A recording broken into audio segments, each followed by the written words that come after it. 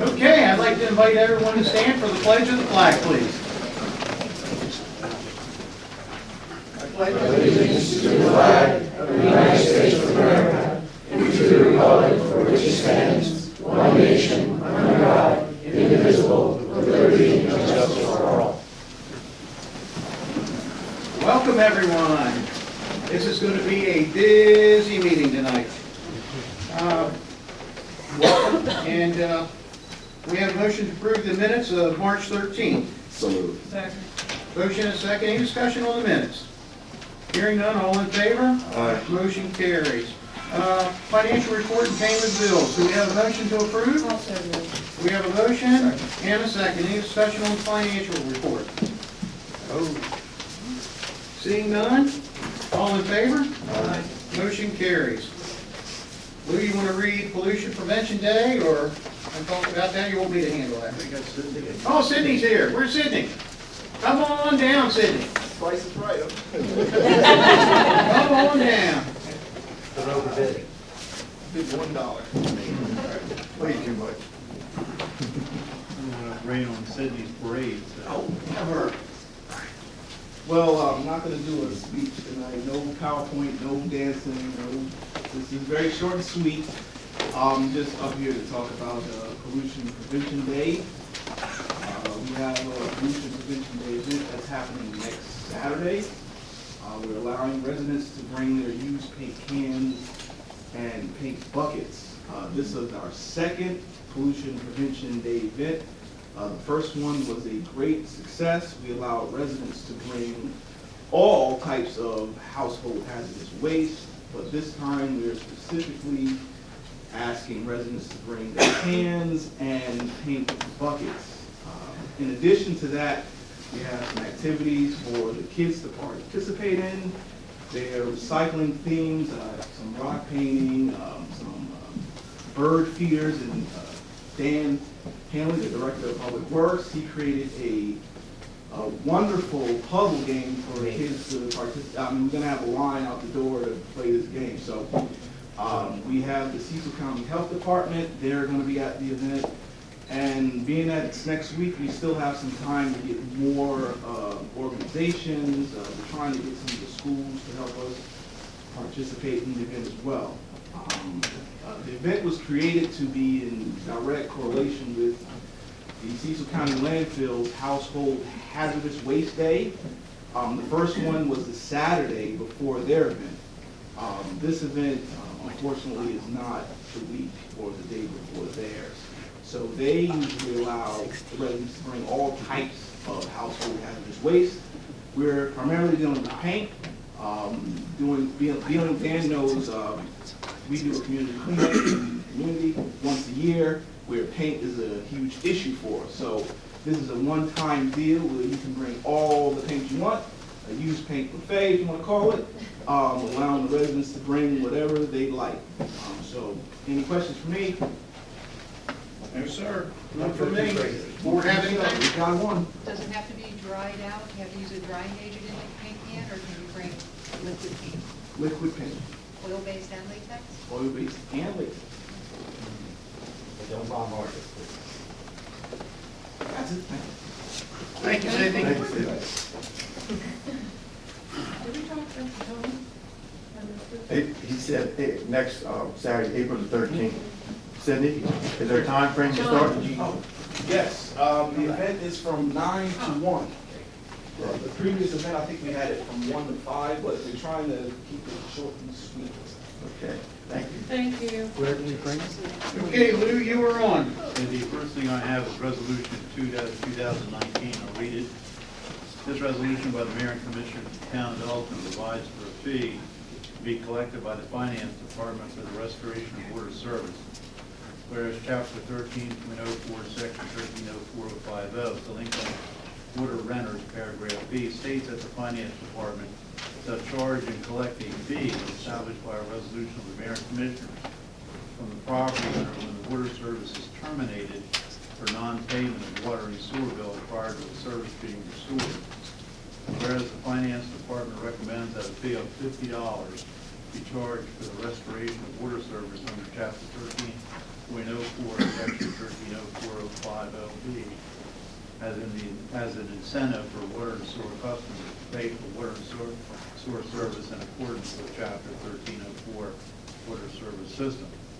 Now therefore be it resolved by the Mayor and Commissioners of the Town of Elkton as follows: that the Finance Department shall charge and collect a fee of $50 from the property owner when the water service has been terminated for non-payment of water and sewer bill before the water service is restored to the owner's property, and that fees collected for the restoration of water service set forth here and be deposited in the water fund and the sewer fund consistent with billing by the Finance Department, and this resolution shall be effective upon the authorization of the Mayor and Commissioners. So if you authorize it, it will be denied, it will be effective today's date.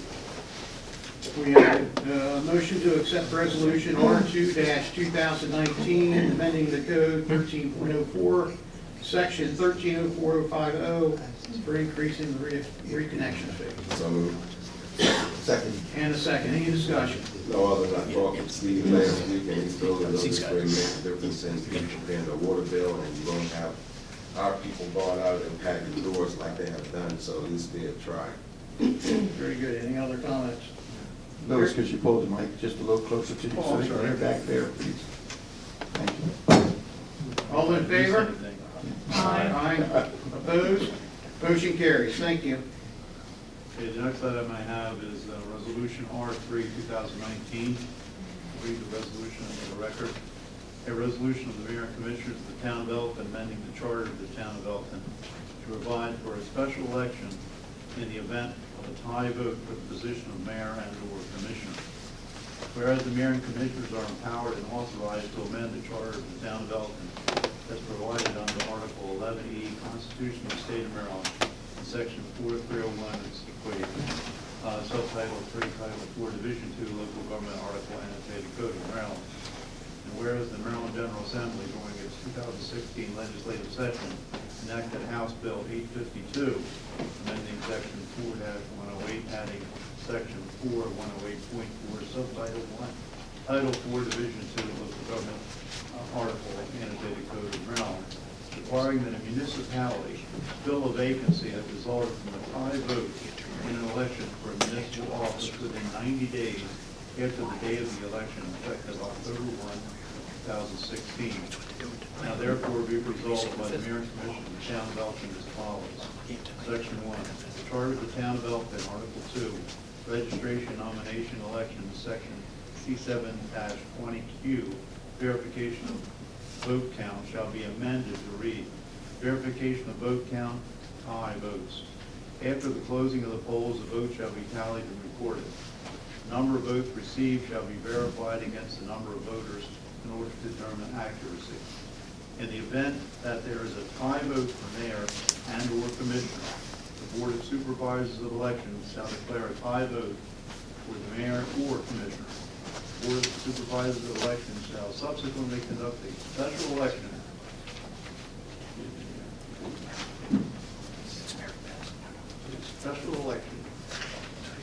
provided under C7 for special election of the charter for the mayor and/or commissioner within 90 days of the election. The Board of Commissioners of Elections shall sign off, and the final results of the copy shall be secured at the Elkton Municipal Building. Section 2, a copy of this resolution shall be posted in the Elkton Municipal Building, 100 Railroad Avenue, Elkton, Maryland, for a period of not less than 40 days following its passage. This resolution shall be published in the Cecil Whig newspaper for a period of 4 consecutive weeks following its passage.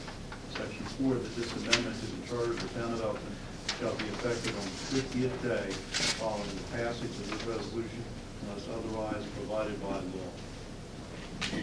We have a motion to accept Resolution R3, 2019, amending the charter of the town of Elkton, verification of vote count to include provisions in the event of a tie vote. So moved. Second. Motion is second, any discussion? Louis, what is the specific amendment here? Because I thought that was in existence now. This is not, there's no amendment, part of our charter that provides for this to happen. Okay, so that's one of the charter, but this hasn't occurred previously, so. In 1994, I was one of the members that was involved in a tie election, and we followed the state guidelines because we didn't have anything in the charter at that time. And we could have actually flipped a coin as part of that, I think, at that time. But we did a special runoff You election. do that anymore. Perfect, I'm glad with the runoff election. I'm glad. We could. Any other discussion on that? Hearing none, all in favor? Aye. Motion carries. Next item I have is Resolution R4, 2019, disposal of surplus property. This resolution shall declare certain real property of the town of Elkton as surplus and authorize the town administrator to dispose of the property.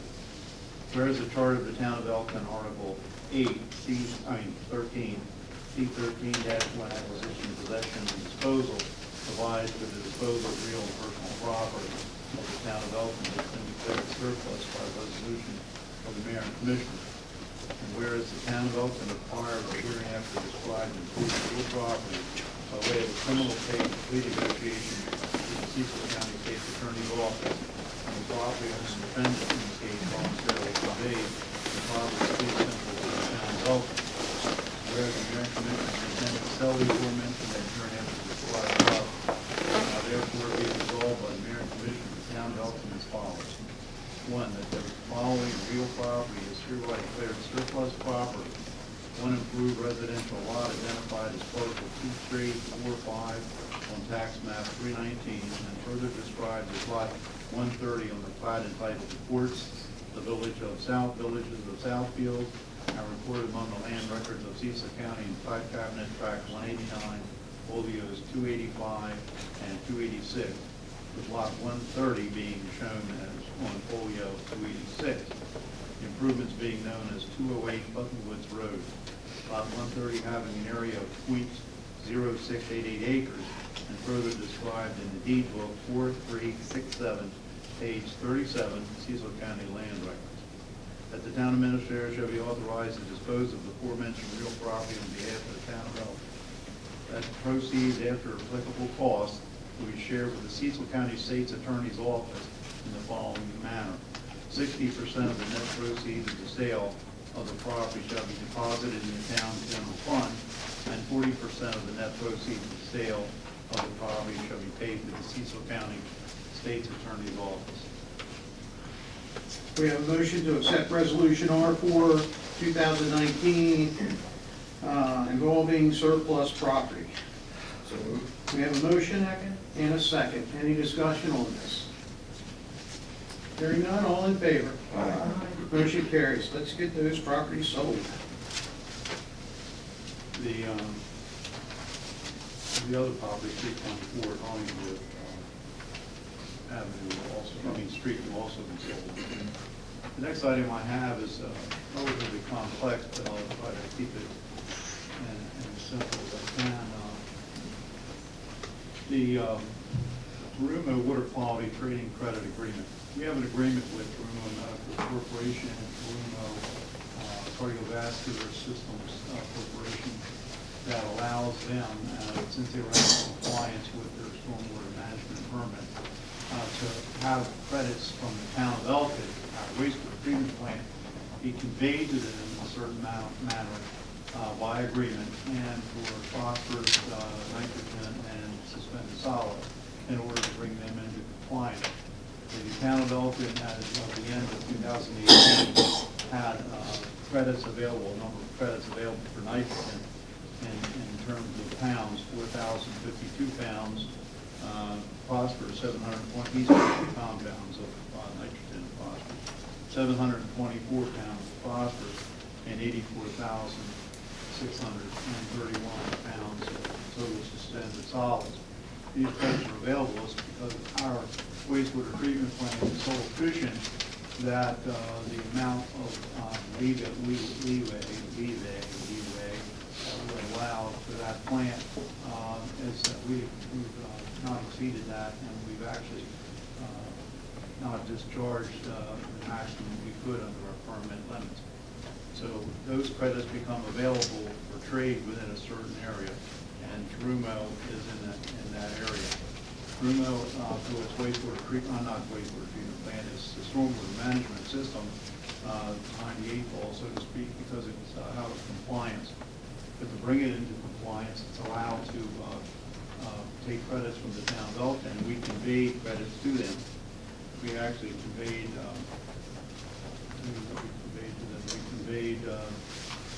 30 credits for total nitrogen, 8 credits for total phosphorus, and 3,400 credits of total suspended solids for the calendar year 2018.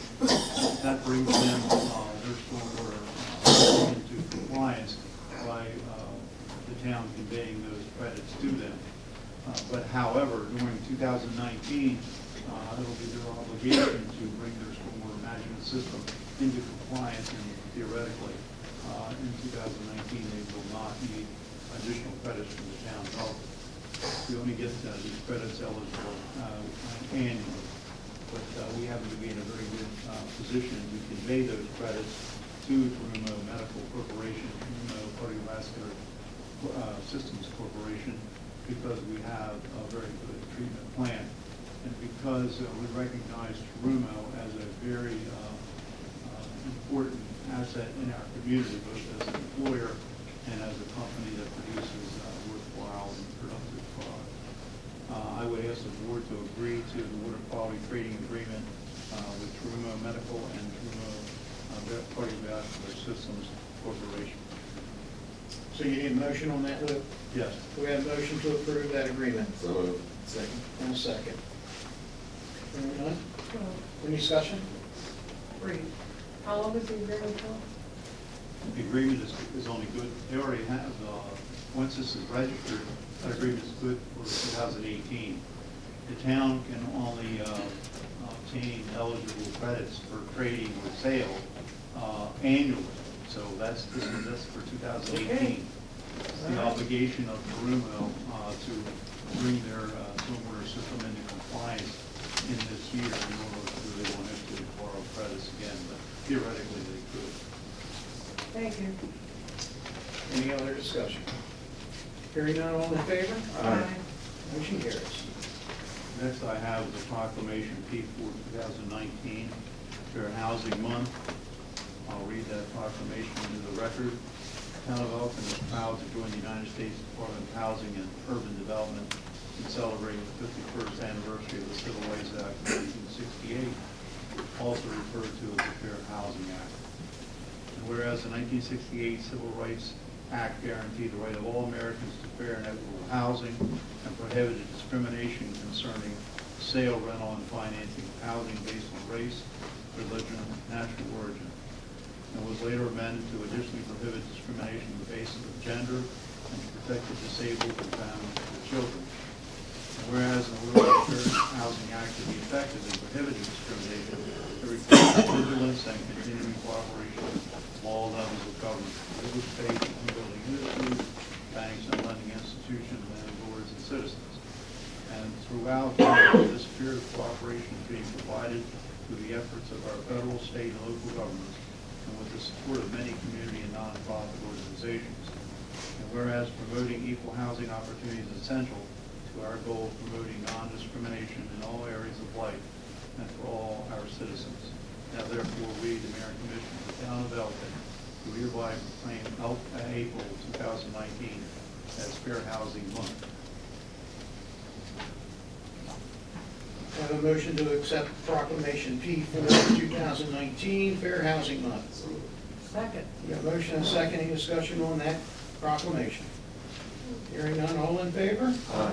Motion carries. Do you have something on there from the Elkton Alliance? Absolutely. I mean, I'm not getting tired of listening to me, so I'll put that in there. It's the grant of waiver for alcoholic beverages. The Elkton Alliance is requesting a waiver for the date of April 4th, the roast event for the Honorable Mayor Robert J. Oth. Roasting upstairs, I assume. I would ask the board to consider an alcoholic waiver for this special, both special events. We have a motion to accept the waiver. Have a motion? Second. And a second.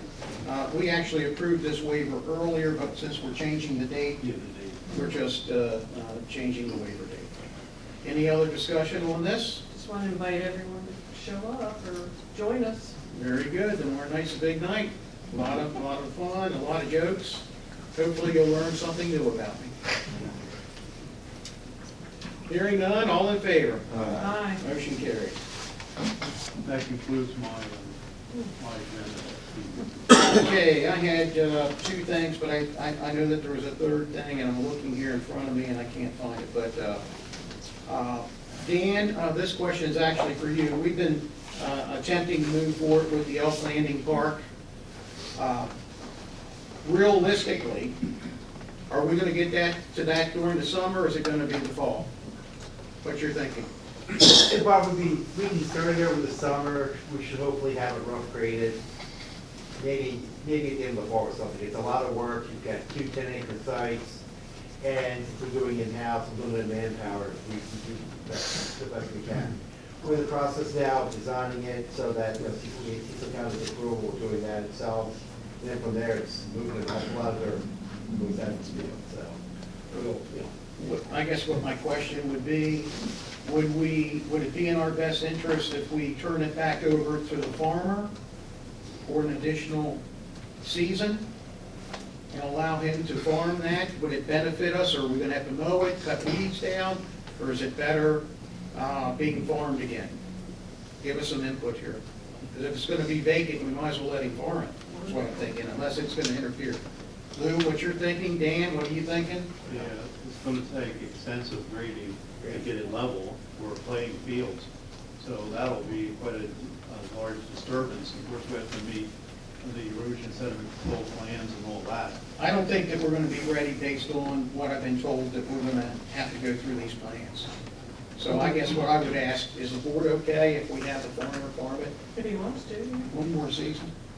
We're still proceed with the plans anyway, so we can get set up. Let's So get- We're still doing that anyway. Let's get all the plans rolling in the right direction, and let's reach out to the farmer and see if he wants to farm it again for another season. All right, thank you. One I'd like to add to the mayor, respectfully, is the fact that I have a meeting with Al Wine and a rather large group contingent of county officials on Friday at 1, I think Dan's involved. And in order for us to utilize the Cecil County Detention Center Road, which technically is probably a driveway rather than a public road, even though the public has access to the facility, largely the ones that are incarcerated and people visiting or working. In order for us to actually access our 20 acres of land, roughly 20 acres of land, we're going to need to utilize that road. So I'm meeting with Al and his group on Friday to find out what it will require us to do. So we'll go ahead with that anyway, regardless of whether we farm it or not. We need to know that. Okay. The next thing I have up on my agenda, and I haven't mentioned any of this to staff, but I wanted to bring it up this evening.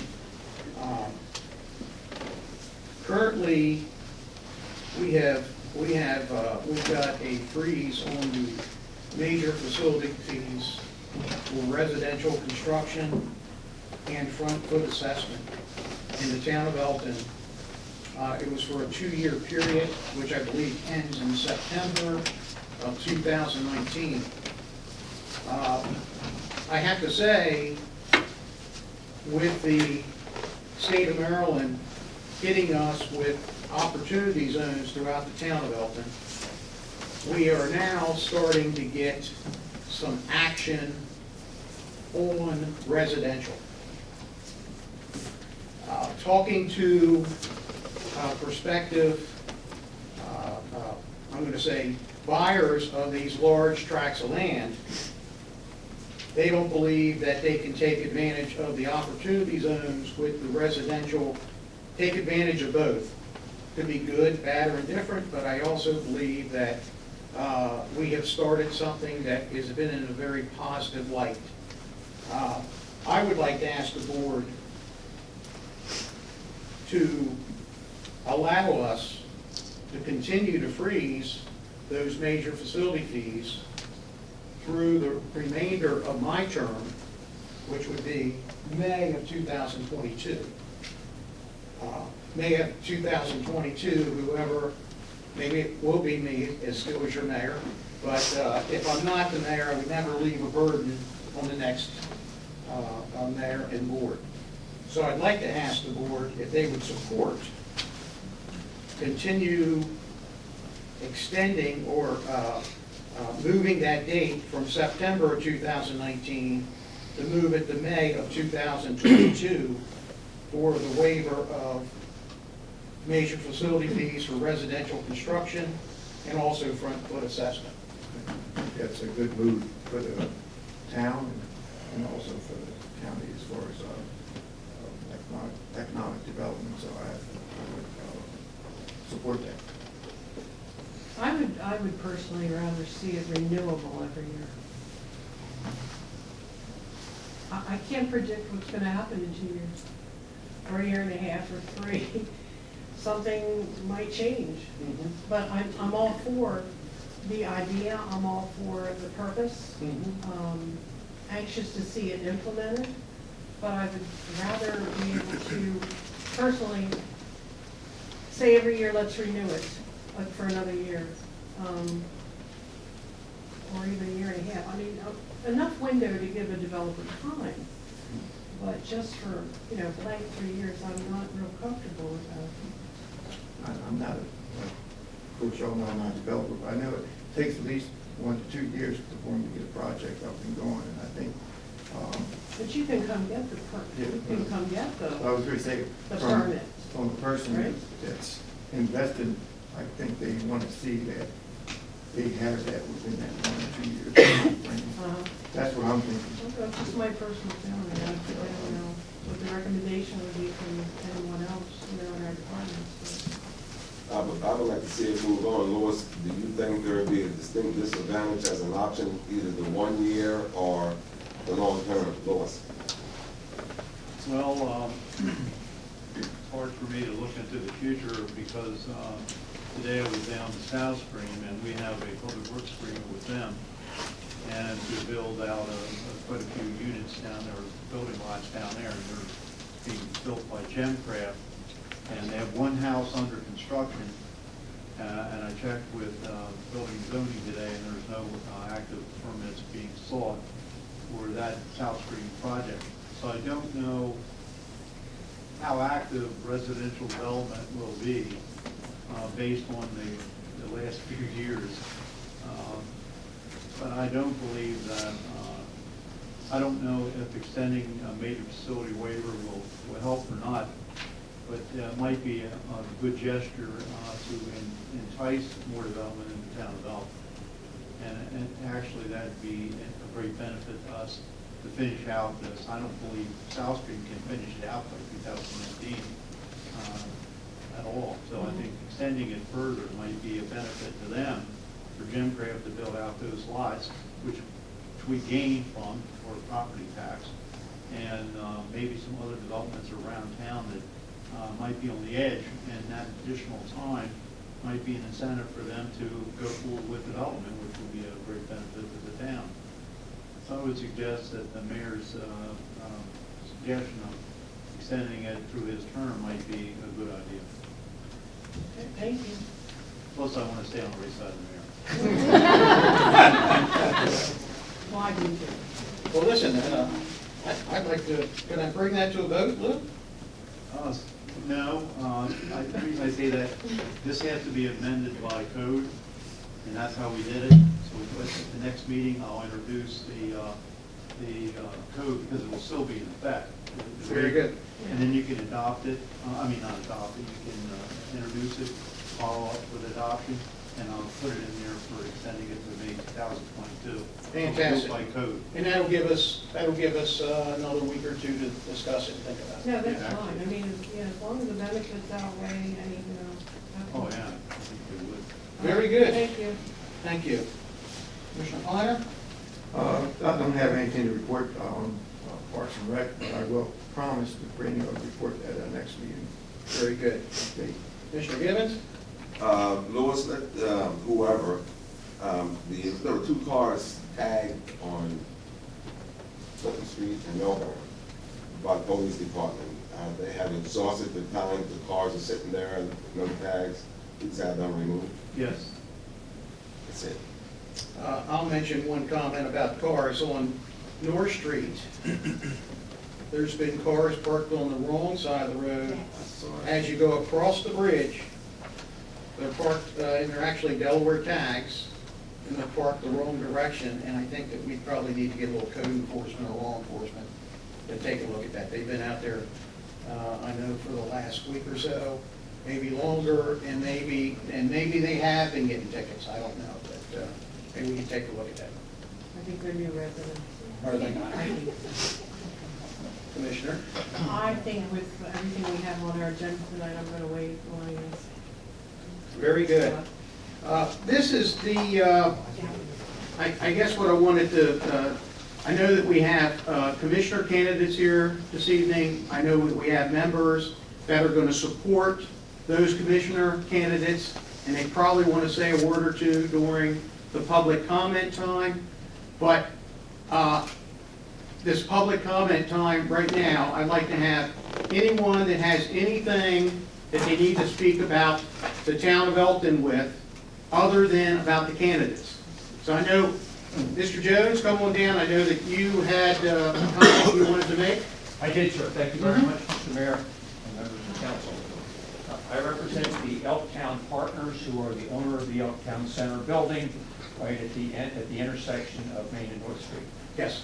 With me is Dr. Fortunato and Tim Ducey. These are principals. Yes. We find that there is an issue in the town center zoning. The largest land use in the town center zoning is a medical practice. The largest employer is a medical practice. And what we have now is a zone which does not permit them under any circumstances as a permitted use in the zone. We do have a presentation in some detail. Mary Beth is here with some insight. Our particular situation is there is a legitimate medical practice here in town that's been here for 15 years. They're critical to the town medical system. They want to expand, but they can't move. They can't even move 1 block and look at our location. And I don't want to hinder the presentation, but I understand you went to the Board of Appeals and they denied the request. So your request needs to go in front of the circuit court. Is that? Yeah, if you were denied by the Board of Zoning Appeals, the next step is to appeal it before the circuit court. Actually, I don't think they denied the planning commission or Board of Appeals. I think they were denied by the zoning administrator. I think that's where we are.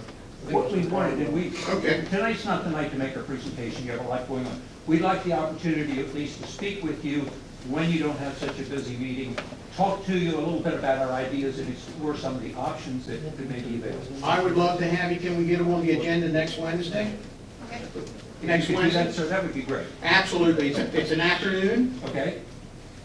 Well, We will be there. Okay, it's at 12:30 in the afternoon, and love to have you come back and make your Okay. presentation. Great. And I want to stress to you that when we went through a whole process to change that zoning about probably 2 years ago now. It was, we actually had a 6-month moratorium on, and I know you probably weren't the owner of the building at that time, but we went through a 6-month process to go through what actually our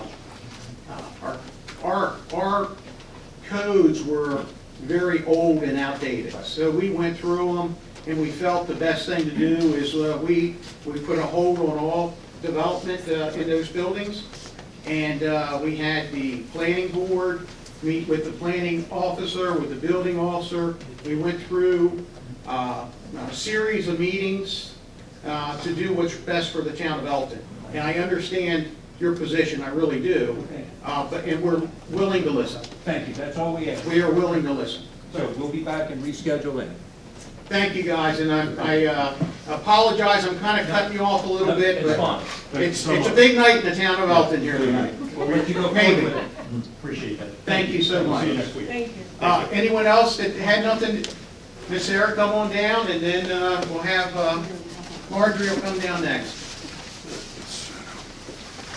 See somebody over there next week. We need to have a couple chairs up there. Nice meeting you. Thanks a lot. So, last meeting, we came in and told you that we have a resource day that we're hosting inside of our neighborhood, the greater Hollingsworth area. It will be at the Family Ed Center on Saturday from 11 until 4. She has the flyer, sorry. We want to cordially invite everyone to come out. There's going to be a served meal, fellowship, resources such as birth certificates, haircuts, clothing handed out.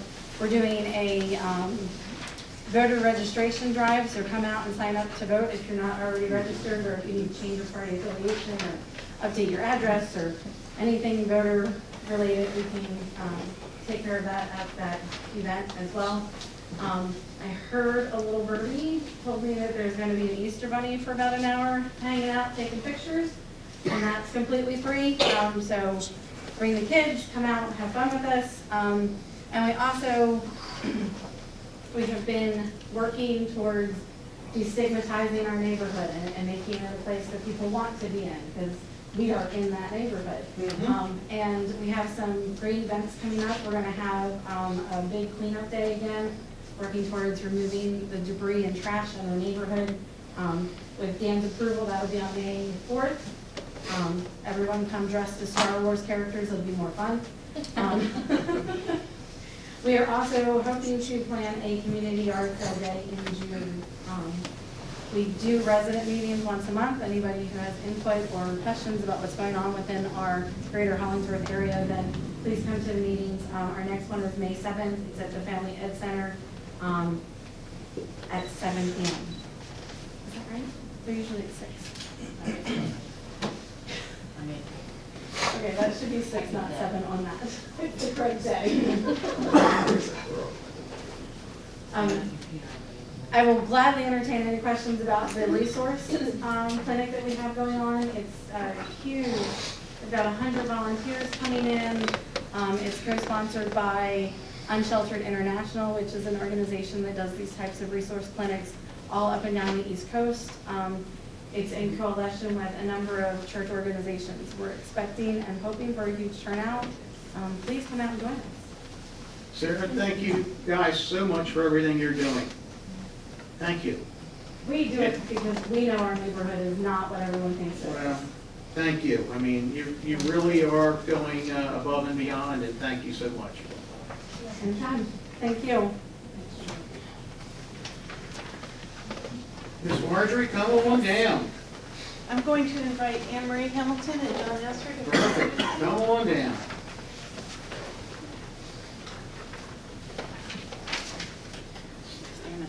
And I have pictures.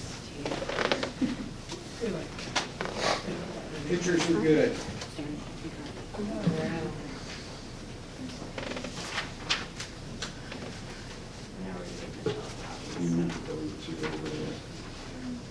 All right. No, I can stand up, I'm fine. Do you guys want to take this Dan? stand, or? Can you take the Chair. Your chair. There's support. All right, tell me what you guys got. All right. Archie Blystone, Elkton Arts and Entertainment Chairman, 14 John Adams Lane. I come before you tonight, Mayor and Commissioners, to seek your support for a mural project that we are planning for the Howard Street Municipal Lot, heading up the stairway to Main Street. This is a rendering of what it will look like. I also have one copy of the colors here of exactly what the colors will be on that. Anne Marie Hamilton from the Arts Council is helping me with contacting Bear Paint to hopefully get them to donate paint for the project. She has not heard back from them. If you want to I have not heard yes, I have not heard no, but we have submitted a request on behalf of the Art Council, on behalf of the Alliance, through their program Bear Cares. And news is good news. We've had a follow-up email asking for some other details, so I feel rather hopeful that we'll get the donation. Great. And John Nesser is from Cecil College with Humanities, right? Arts and Humanities.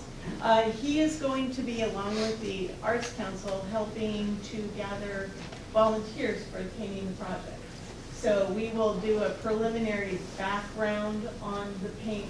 It's just the risers that this is going on. The background color will go in, and then we will have the volunteers come in and actually paint the rest of the mural in. We are asking that Public Works come and power wash the risers for us, the steps, and in preparation for us putting that down. So what would be on the base of the riser? That will be the paint. It is a cement quality paint for painting on cement. So I've talked with someone at Home Depot about the quality of paint that we would need for that to paint on concrete. And this is the quality that they recommended. They have a limited number of colors, so we kind of went with the color scheme that they had available. And let's see, John, you had a little bit of background on prep. Well, with any outdoor paint project or any paint project for that matter, prep is everything. Yeah. So, you know, the power washing is really key. The surface looks good, cement's in good condition, that helps a lot. So proper treatment, it should be something that lasts for a long time and has minimal fading. Of course, when we have flooding, of course, Hurricane Floyd took us all the way up to that top step. How will, I'm assuming it'll react well with water, it's going to be outdoor. Yeah, because it's on concrete, and it's a concrete quality paint, so it's supposed to be good with rain and everything else. So flooding and mud and things like that, I would imagine we just come back and wash it off. Well, when you say a long time, what would you estimate? I did not get an estimate on the number. You have some. They estimate 10 to 20 years. Oh, okay, that's phenomenal. Now, are the landings going to be like they appear, like a color? No, that's brick there. So all that's going to be painted is the riser. And you will note on this photograph that the first set of steps is not pictured. There's another set of steps there that are not in the picture. That's going to look exactly like the top set of 4 steps. We're just going to do that same pattern will be on the bottom 4 stairs. My husband took the picture. That's a good one. So, I love it. Any comments from the board? Give us a little time to digest this, and great. we'll give you a response. I will add that we are an arts and entertainment district, and we are looking to really mark ourselves as an arts and entertainment district, identify as that. And I think this will bring some vibrancy to that back parking lot also. You know, if I had one wish, I would love to see the back of all those buildings spruced up. Yes.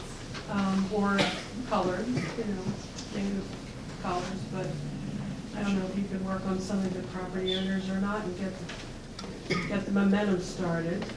Well, I believe that Brook Bend and Elk River Brewery have started. Well, they have, trend. yes. So I think that that if we can continue that down the street, Continue it on right down High Street. to the hairs. That would So, be yeah. wonderful. All right. Thank you. Margie, Thank you. I was just mentioned to Yes. Mayor that maybe through Gene Yeah. Mentor, there might be some funding for that arts and entertainment. Well, I did just apply for a grant through the Maryland State Arts Council for a $10,000 grant that Anne Marie says looks really good because they want to give the Arts and Entertainment District's money. So we could, if we don't get that money, that donation from there, and that grant comes through, that we could probably use it for that. So Have you talked to Jean? I have not talked to Jean Mentor about the project. I think great. maybe I've talked, maybe I showed her a picture. She does know that we're planning on it, but I haven't talked to her about any. Okay? Thank you. Thank you. Anyone else have anything non-candidate related? Yes, sir. Come on down, state your name and for us if you like. Well, my name is Bob, and I live here now. What's your address, sir? 21 MacArthur Lane. Thank you. The other day I went down to my mailbox, and when I opened my mailbox, the day was raining, and I opened my mailbox and I pulled out this little yellow snap pack thing. Happened to be the water bill. Water bills are really bad. You can hardly read them. Some instances they use ink or they use ribbons that really don't print the water bills properly. I also noticed that the postage was 50 cents. Now, in my experience, Elkton can save a lot of money by changing the way the water bills are done. How many people have accounts, banking accounts or whatever, where you get online and you opt out for paper billing? That percentage within the community is growing, anywhere from 40 to 50% a year. You could save a whole lot of money by changing the way the water bills are done. Now, I've lived here 14 years, and I've made recommendations many times for that to be looked at and changed. The water bills are so simple, they can be put on postcards. Eyeglassy postcards. I don't know what the rule is to be able to share what my water bill is versus your water bill.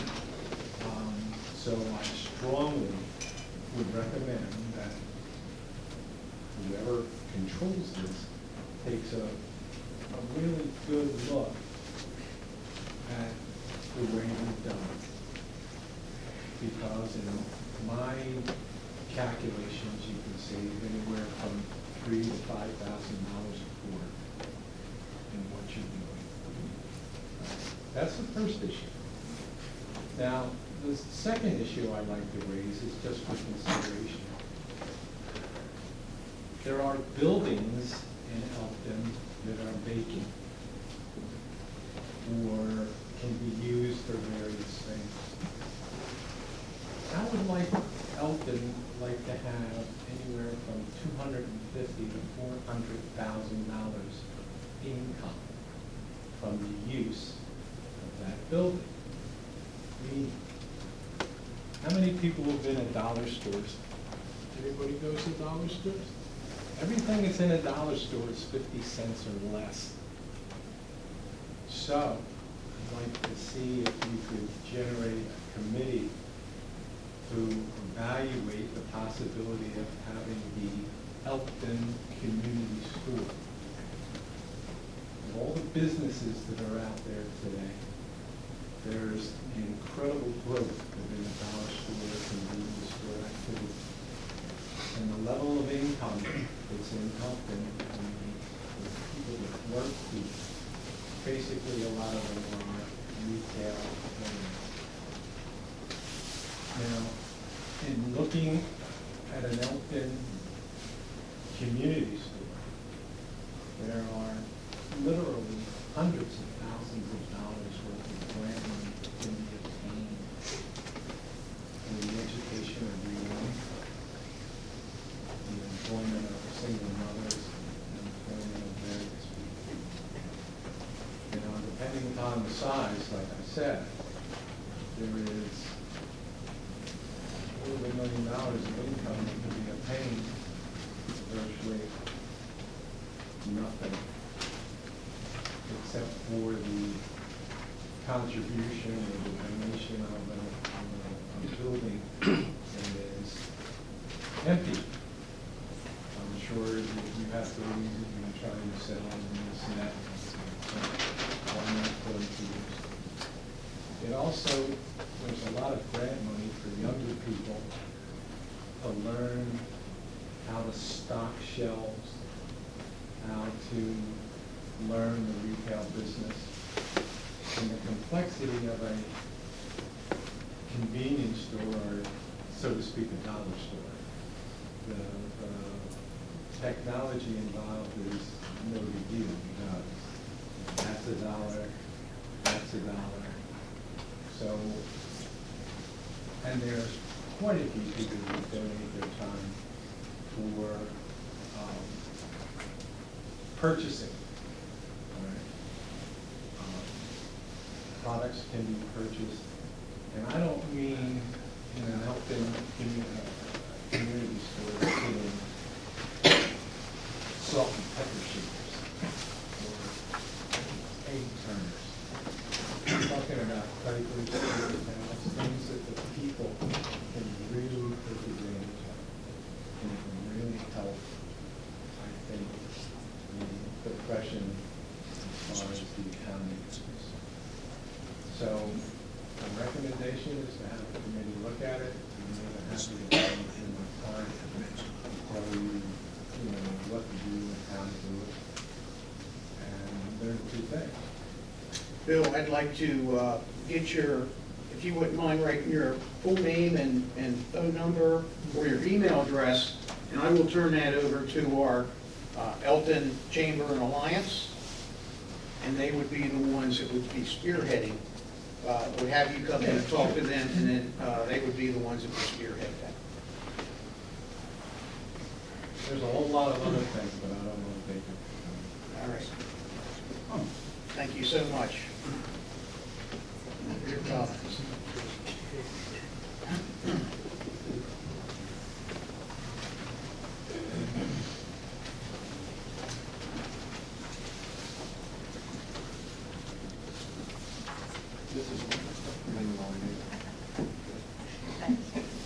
Anyone else have anything to add tonight in regards to anything good for the town of Elkton other than comments for the candidates? All right. So I'm going to tell you how we're going to do this tonight, if we can. I'm sure there's folks that want to say some kind words about some of the candidates in here. I'm going to put kind of everyone on the spot, and we're taking minutes through the video. But I'm gonna when I mention one of the candidates, and you have something that you would like to say, I know that you're going to talk in a positive way about them. So to do that, we're already understand that you're going to say you support them. So what I'm going to ask you is, when I mention that candidate's name, please stand up. I'm going to just kind of go to you. Tell me your name and your address, and we'll know you'll be supporting that candidate. Michelle is going to be taking notes, so we'll get your comments put into the minutes if that's what you would like to do. Then we're going to go through each candidate. If you got support for them, if you want to say that you have support for them. And then at that point, public comment will be closed. And then we are going to go, I'm going to ask all the candidates, the 6 that are here this evening, to exit the room, except for the first candidate, which will be Kelly Beth. So Kelly will be the first candidate. We're going by alphabetical order, and we're going to ask her to come sit in the chair after we go through that process. The remaining candidates, the remaining 5 will be out in the hall. And I promise you, it's only going to take 5 to 10 minutes per candidate. We're going to ask a select amount of questions of you. You're also going to have on that table a list of the questions we're going to ask you. So if we ask you a question, you might want to look down and reread the question that we just asked you. And at that point, once you're finished your interview, you can stay in the room. That's the fortunate thing about being the person that's first, second, third, fourth, or fifth, you're going to get to listen to the rest of the candidates.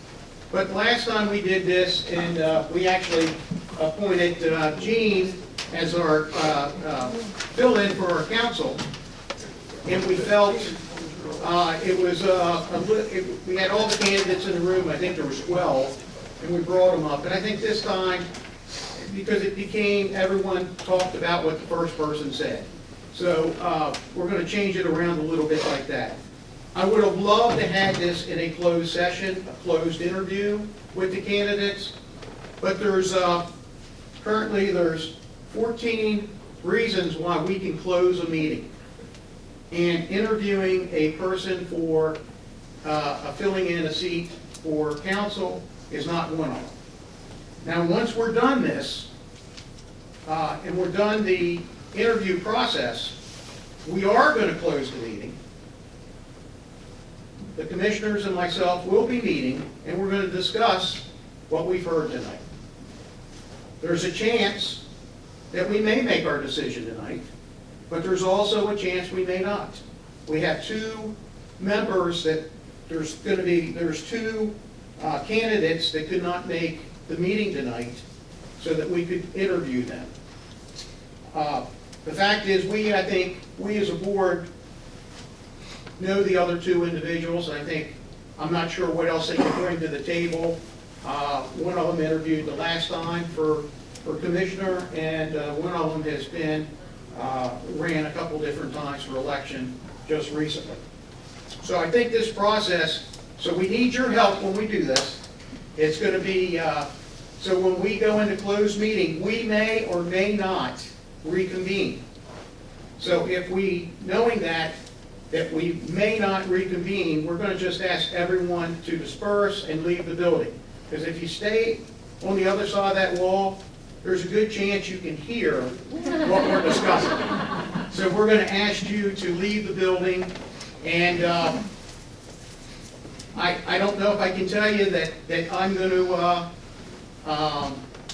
reconvene the meeting or not. My hope is maybe we can come to a conclusion and find a new councilman or woman tonight. So that is my hope. I don't like to carry these things out. The longer that we do it, it just drags out, and it's not good for anybody, quite frankly. I think it's all good that we get it through. Going through this process, well, I guess before we get to that, I'm going to ask if anyone is here on behalf or would like to say, or here that wanted to say anything in public comment about Kelly Vetter, I'm going to ask you to stand up now and state your name and your address, and then we would make a note of it. So if you're here to say anything on her behalf, please stand up now. All right. Next, Mr. Edward Giblin. Is there anyone here to say anything on his behalf tonight during public comment? Thank you. Mr. Rod Hines is not here. Is there anyone here that would like to say anything on behalf of Mr. Rod Hines? Mr. Charles Hicks. Is there anyone here this evening that would like to stand up and say their name, comment on behalf of Mr. Hicks? All right, stand up. There we go. Ann Hicks and Charles Hicks, I'm sorry. Ann and Charles. And 402 Milburn Boulevard. 402. Yes, and since we've moved here, my husband has been very interested in helping the community, especially for our children and other children in the community at his church. Being on the Elkton Housing Authority, he's been active in that, and he enjoys his time as a commissioner. Thank you. I think I saw a couple more standing for Mr. Hicks. Anyone else for Mr. Hicks? Stand on up. Tell me your name. Oh. My name is Shirley Hicks. I'm his mom. Sure. And I'm very proud of his involvement in the community and his concern for the welfare and the growth of this community. I want you to know that his whole family stands behind him. And if there's anything that he needs us to do to help him in any way as he seeks to improve himself and the community, we'll be right along there with him. Thank you. Yes, sir. Hi, my name is Bob Oline. I live at 704 Delaware Avenue in Elkton.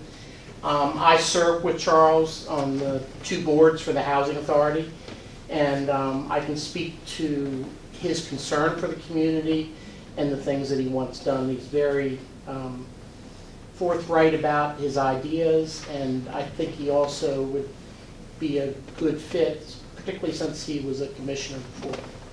Thank you. Yes, sir. Oh, how you doing, man? I'm doing fantastic. Charlie. Definitely like to speak on his behalf. I'm his barber. And mine. His barber. His barber. I ain't seen him in a while, though. He stopped growing hair. But I think he's a good guy, high moral standard, respectful. He's been around this town for a long time. He's been, I think he was one of the inspectors or something at one time.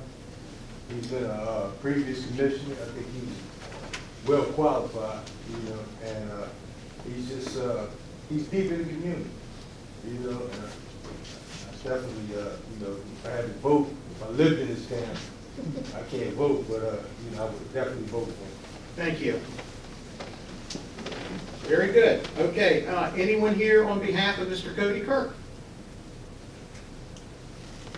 Anyone here for Mr. Rob Masciano? Hi, I work with Margie Blystone, 14 John Adams Lane. I've worked with Rob Masciano on several projects downtown that involve volunteerism. He obviously cares deeply about this town. I would also like to see a merchant on the commissioner board. So, thank you. Thank you. Mr. Michael J. Simpson. Mr. Daquan Stewart.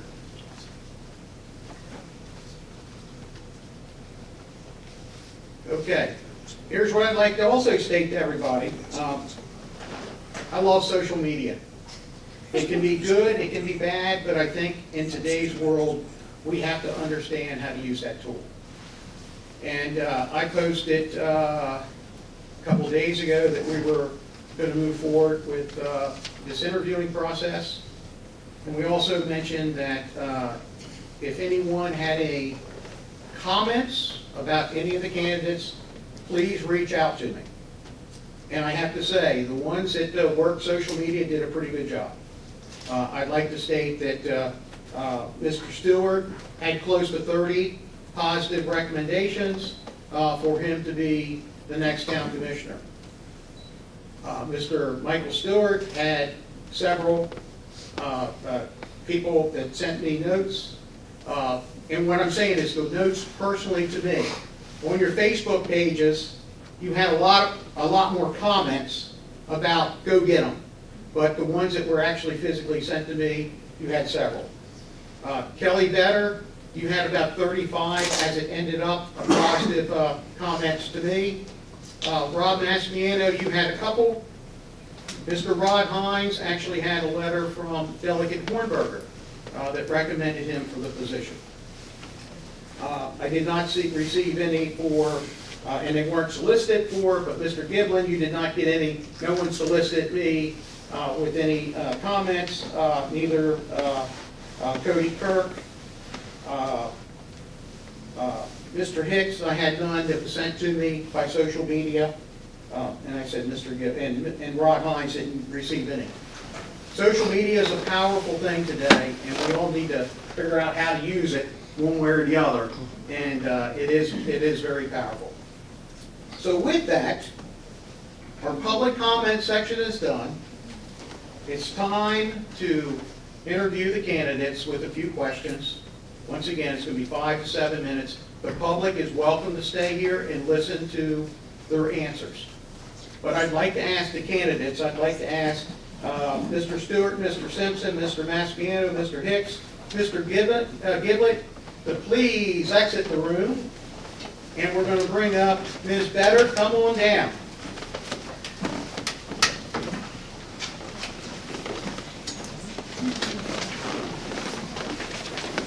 And it's going to be very painless.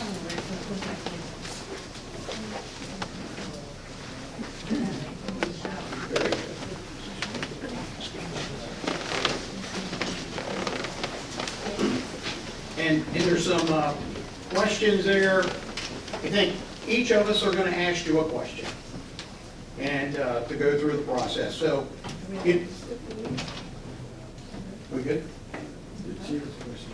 Yeah, she has a question. Do we have to stick to these? No. No, you don't have to, but I kind of wanted to give them kind of a heads up of what we might be asking. Just one?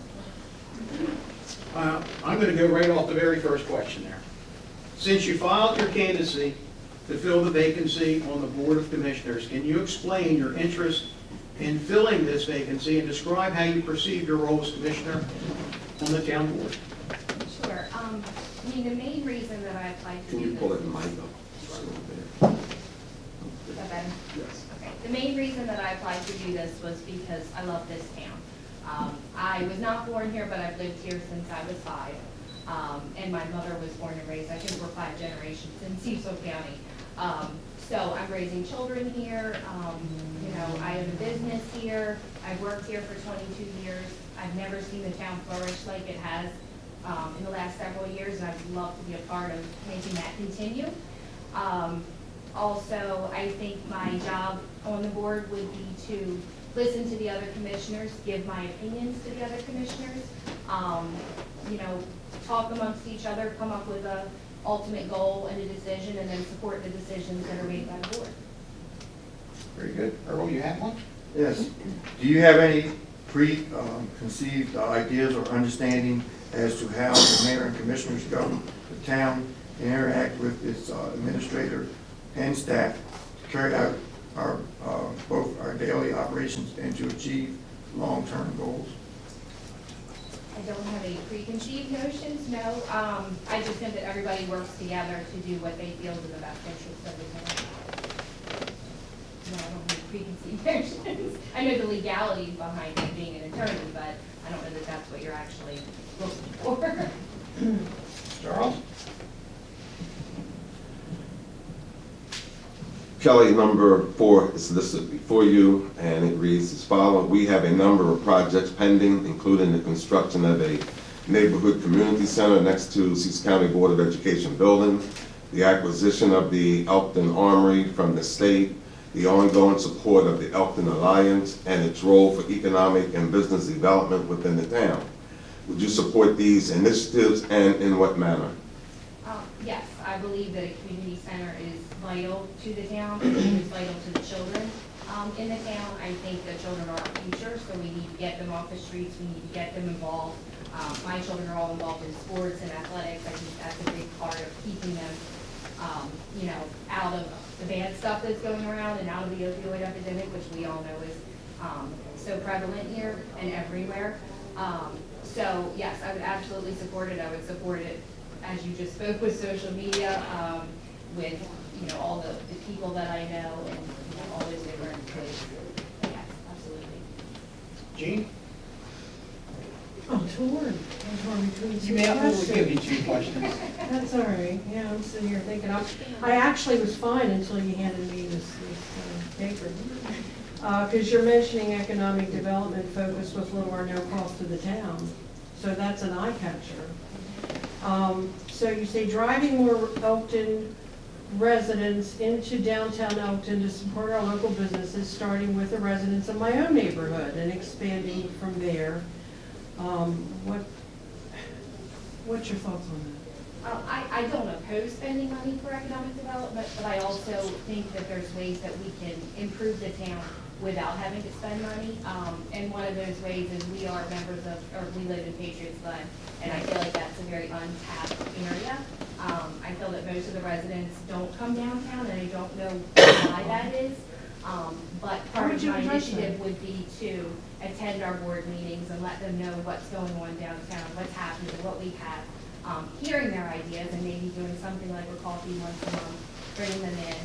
I know we have a lot of very opinionated people in our neighborhood, but I feel like my experience can weed through some of that and just bring ideas to the commissioners and, you know, just try to get them to come downtown. And I feel like if we can get them to come downtown, we can get more neighborhoods to come downtown.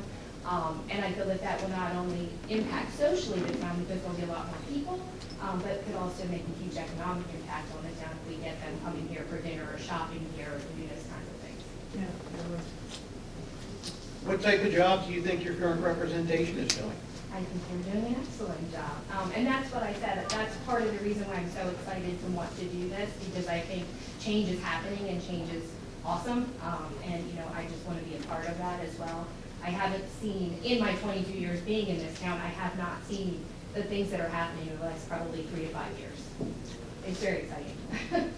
And since we have, what, 8 applicants, how do you think you would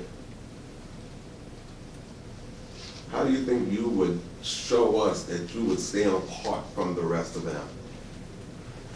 I think, you know, I think I have many good qualities. I've faced a lot of adversity in my life, and I've been able to rise above that and take those occasions and learn from them, you know, and use them to better things. So I think I have, and being an attorney, I think I have a good way of leading through people and leading through ideas. I've worked on a lot of boards in the community. I've chaired the foundation for the hospital for the last, gosh, almost 10 years, I think. And I've been on the board of directors, so I've had a lot of experience working within a board, being able to, I guess, give ideas, but then work together, maybe even if we don't agree on something, being able to come together and stand behind the decision that's made, because I think that's very important. And I think if you can't do that, that's a problem, and it can cause a lot of dissension. So I think my experience would help me to lead through those ideas.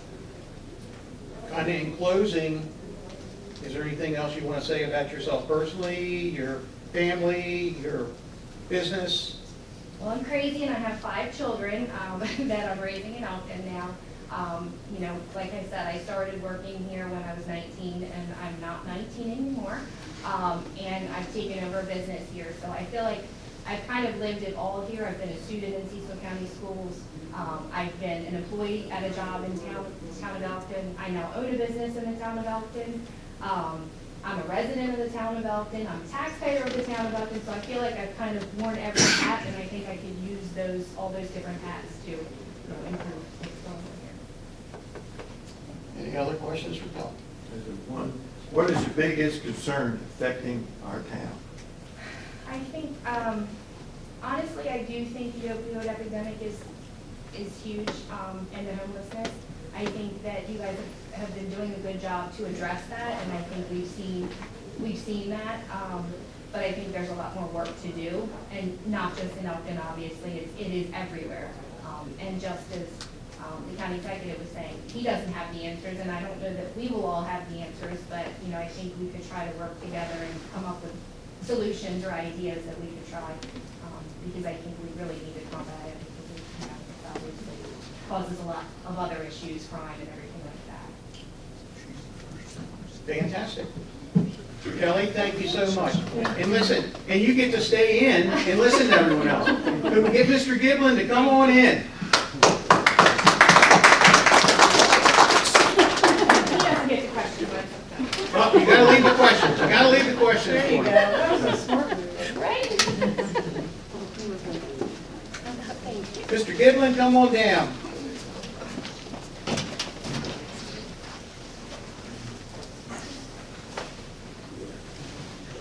Mr. Giblin, we're going to ask you anywhere from, I guess, 5 to 8 questions. It started out at 5, but now it might be up to 8. And we may ask you 1 or 2 more, who knows. But as we go through this process, the main questions are there, so if you need, we'll tell you what number we're asking off of, so if you need to digest that question a little bit, it's there for you. So I'm going to start off kind of with the same question I asked Kelly. You know, since you filed your candidacy to fill this vacancy on the board, can you explain your interest in filling this vacancy and describe how you perceive your role as a commissioner on this town board? That's number 1. Well, I filed on Friday. It's who they had in the ring at the last moment. And I thought, hopefully I could bring something, to the town council. I remember you saying that when you became mayor, there was no book on how to be a good mayor, all right? And certainly there's no book on how to be a good commissioner. You know, you have to learn it. Actually, I got a quote from Thomas Edison. What it probably will boil down to is 1% inspiration, 99% perspiration. And you have to learn by doing. You know, there's a lot of things, like our parks in town. I didn't know they were in 100-year floodplains. You know, so building a giant hill is out of the question there. But you know, there are different ideas. You research them, and you find out, you know, what the citizens really want. You know, you can pursue that. As I mentioned in one letter of interest, one step could be finding out what other towns have found to be successful. You know, just exploring and working hard. I know that it's basic economics that there are unlimited desires and there are limited resources. And the town council does the best they can based on the resources they have. And I like to do my best to try to help. Hopefully come up with some good ideas. Thank you. Jean, do you have a question? Yeah, come back. Okay. Charles? Mr. Giblin, what role do you think the police department has played in this community? I believe you live across the street, you see the vehicles when they come out, you've done a lot of research when you've come to our meeting, even given us examples of the research you've done. So now I'm asking you basically, what do you think the role that they've played in this community? The police force is critical in maintaining the safety of the citizens. And what they did last year, by cleaning out the homeless camps in different woods and towns, and also by eliminating the panhandlers. There used to be a lot of people with cardboard signs up by the Walmart. I haven't seen them in a year. In the year before that, was 2 or 3 or 4 times on the street, in front of the post office. Oh, you know, do you have any spare change to hand out? And the police force is absolutely critical in maintaining the safety of citizens, and they do a fantastic job. I know in uniform and plain clothes. I'm sure that at the last Fall Fest, which was absolutely wonderful, that there must have been a number of police officers in plain clothes enjoying themselves and also protecting citizens. And I was so happy last year. I asked the mayor, you know, what percentage of their requested budget did they get? And he said 100%. And I made me so happy. You know, that they get the resources they need to protect us. Thank you, sir. I'm just going to add on what you just said, but number one question, tell us a little bit about yourself, something that we don't know. Tell us a little about yourself that we may not know. Don't take a half an hour now. 1969 was a big year. I graduated college with BS in chemistry, Fairleigh Dickinson University up in northern New Jersey. That year I also enlisted in the Army Reserves, the 400th Chemical Laboratory, and they were all graduate chemists in that. It was a small group based out of Jersey City. It was Caven Point. Now it's a multi-million-dollar golf course, including the view of Manhattan. And also that year, I joined Lever Brothers. I was a graduate chemist, and we used to have headhunters back then. And one went to me, you know, I have 2 positions open. One was for an adhesive chemist, and one is for a packaging engineer. I said, what the heck is a packaging engineer? Well, I went to the adhesive chemist interview, and they really want someone with 2 years experience, and they really couldn't use me. Heaven knows I could become a great adhesive chemist, but I became a packaging engineer for Weaver Brothers Company, and you may know them for Dove bar soap, Lifebuoy, Pepsi toothpaste, close-up, whisk detergent, all of this. And I developed the packages, the rigid and flexible packages, and I worked my way up. Senior packaging engineer, principal packaging engineer, co-packaging engineer, group leader, and finally I made my way up to manager 2. And I actually had 2 managers reporting to me. And at one point, there was a packaging development center in Owensville, Maryland. And during a major college package launches, I had up to 11 people reporting. Now, you can think working on projects is difficult. Managing people is 10 times more difficult. You learn by going. And you have to be open and friendly and show good body language, particularly when you have interns and new packaging engineers. And eventually I made myself up to work my way up to senior manager of they call it the Global Technology Center for Liquid Detergents. It was to grow liquid detergents around the world. There are a lot of places where they still clean their clothes with bars of soap down by the riverside. And after 35 years, they said they were moving up to Trumbull, Connecticut. And I said, that's enough for me, and I retired. But I was gonna mess with you, but you know what? I'm gonna ask you to repeat that again. No, that's enough. Thank you. I just wanted to look. I appreciate that. I just want to hear something different, but I didn't want to hear a whole lifetime story, but that was good. For 10 years of the past. No. You're good. Jean, do you have a question? I have a quick question. How long have you been across the street? How long have you been in Elkton? I've been in Elkton for over 3.5 years now. Okay. And I actually moved to be closer to my middle son, who lives in Newark, and my other 2 sons live in southern Delaware. I see my middle son and his living girlfriend on pretty much on a weekly basis, and I see my other sons as much as possible. But I live right across the street in the old jail. Yes. Nice place. Jane, did you have any other questions? My point, I was just going, did you get to vote in the last election?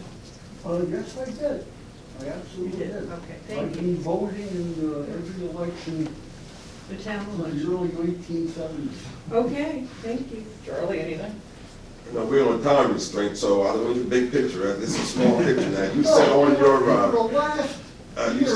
you said in your written interview, you substitute teach, you deal with children, one of our precious resources. Yes. So how significant do you think the rec center we are building over near the Board of Education on the play into their lives? It's absolutely fantastic, and I think it will bring the community together. I think it's one of the best moves the town has ever made. A central point where activities can be based on. And yes, I have been a substitute teacher for last year, and there was something interesting.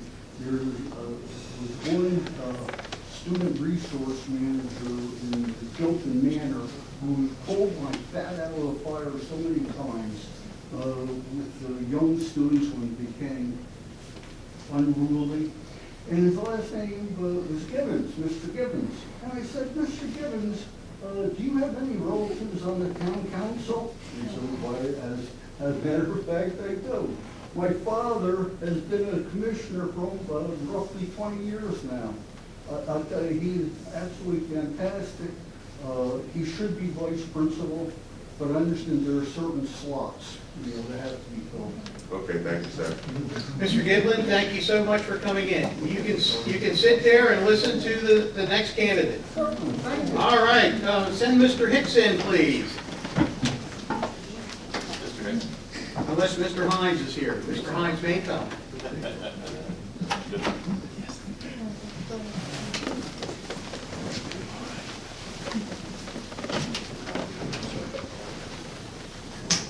Hello, Mr. Hicks. Good evening, Mayor. This is actually a little easier for you. You sat up here for several years, and so there's a lot of questions we really don't have to ask you. But I guess I'll start it off and, you know, help me understand why you wanted to get back involved again. I miss it. I'll tell you, my passion for the community remains. In my interaction with everyone I run into, basically. My kids, it's just amazing how time flies, but just raising my kids here and realizing how a part of the community I really was, or the family was, or how Elkton embraces you if you allow it. Everything from working with the town as code enforcement, you know, my first job here, stay there, and as well,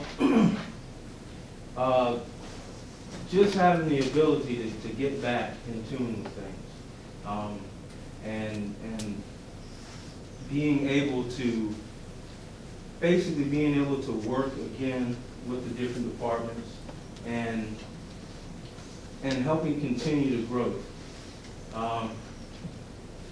The viability of Elkton is the potential is, in my opinion, is tremendous. And when I obtained the position of code enforcement, I was able to kind of learn everything from the inside and out.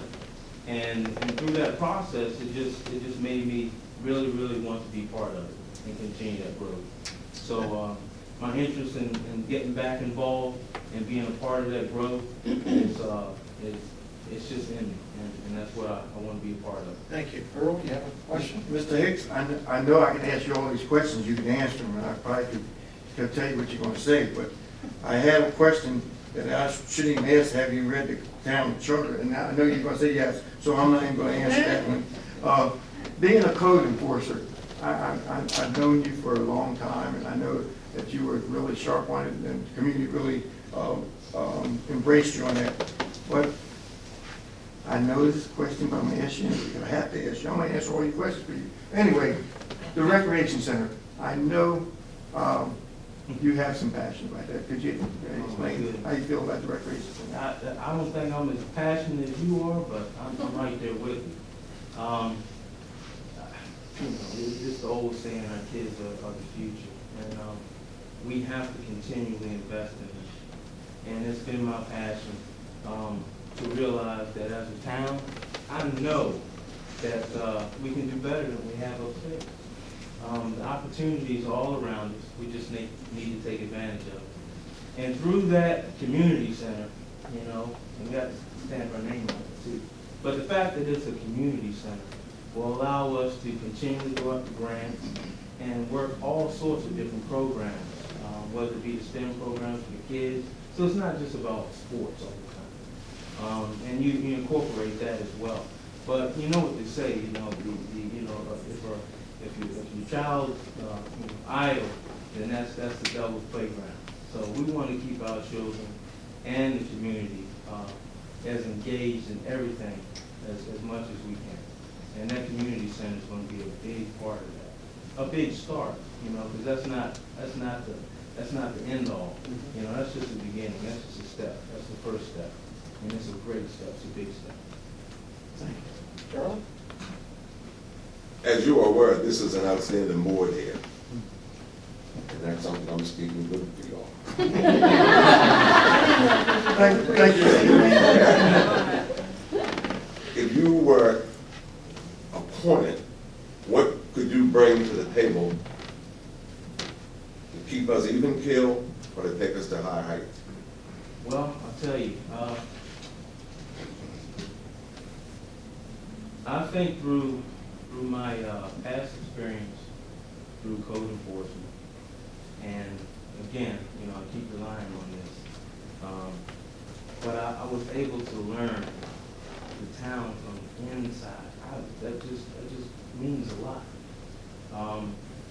In that process, I was not successful without working with the town, with the different departments, the police department, the county in a lot of cases, and most importantly, it was the community.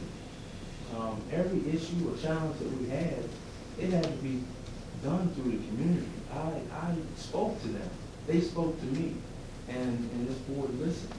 And that was a huge part of that process, and that's why we continue to grow.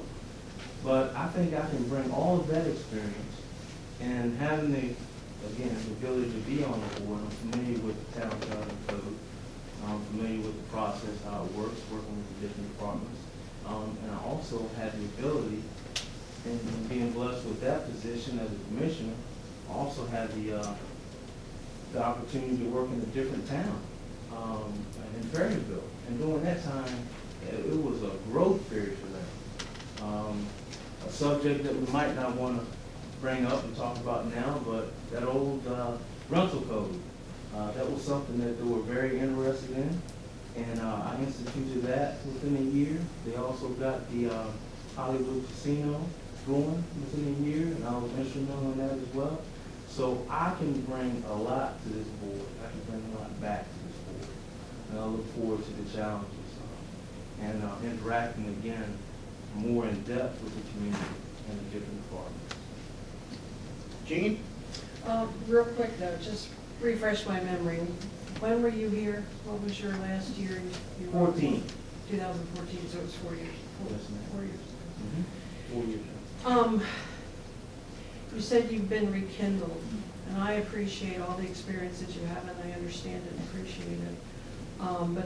But now that you're here, you know, looking to get involved again, should you not be placed into this vacancy, are you committed to get back in enough to run again? Oh, absolutely. I mean, is that, so it's a definite commitment that you have to do that? I am that interested. Okay. The past, maybe graduated last year. So my kids were in college, so I did a lot of traveling, and I'm very family oriented, as you can tell, Mom, being here.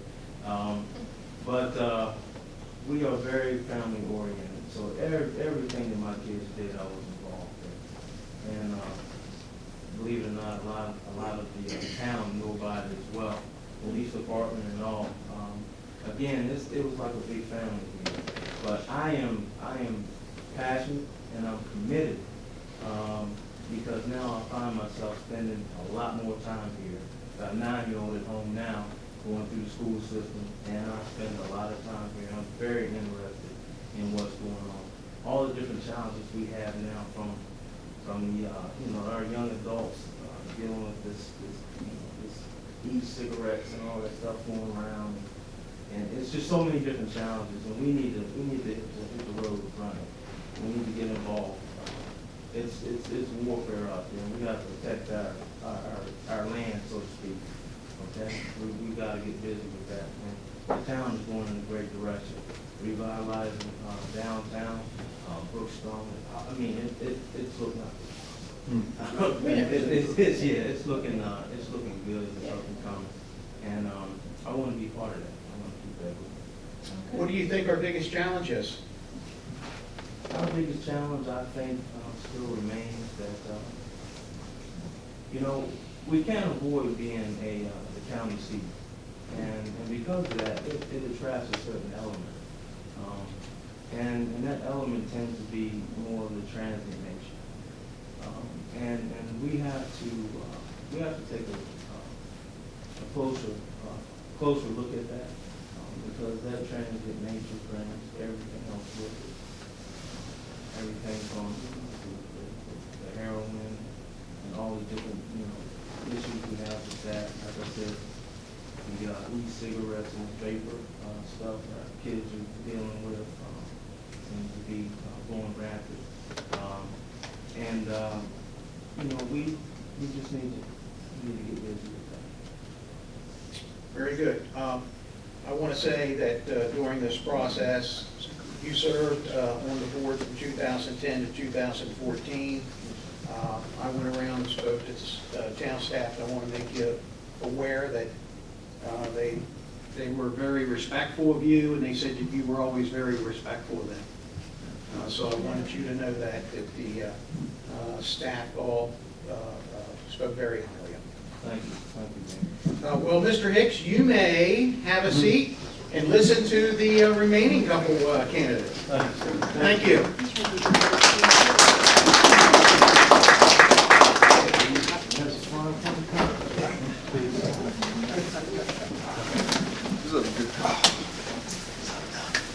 Mr. Massiniano, where is he at?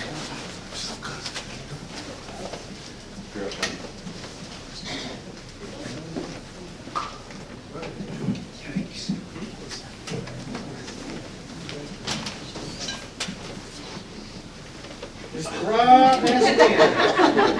Have a seat, sir.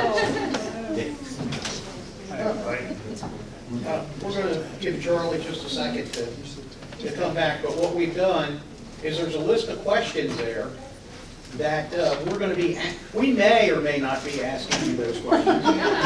But if we ask off of that page, at least you'll be able to see what we may be asking you. Okay. So I want to do full disclosure here and make sure that I make everyone aware that Rob and I graduated high school together, 1979. And we were, well. Were you engaged or? I just wanted to let you know that we were classmates. And I think it's very important for everyone to know that. You know, we go way back. But maybe my questions might not be tough enough for you. I don't know. You know.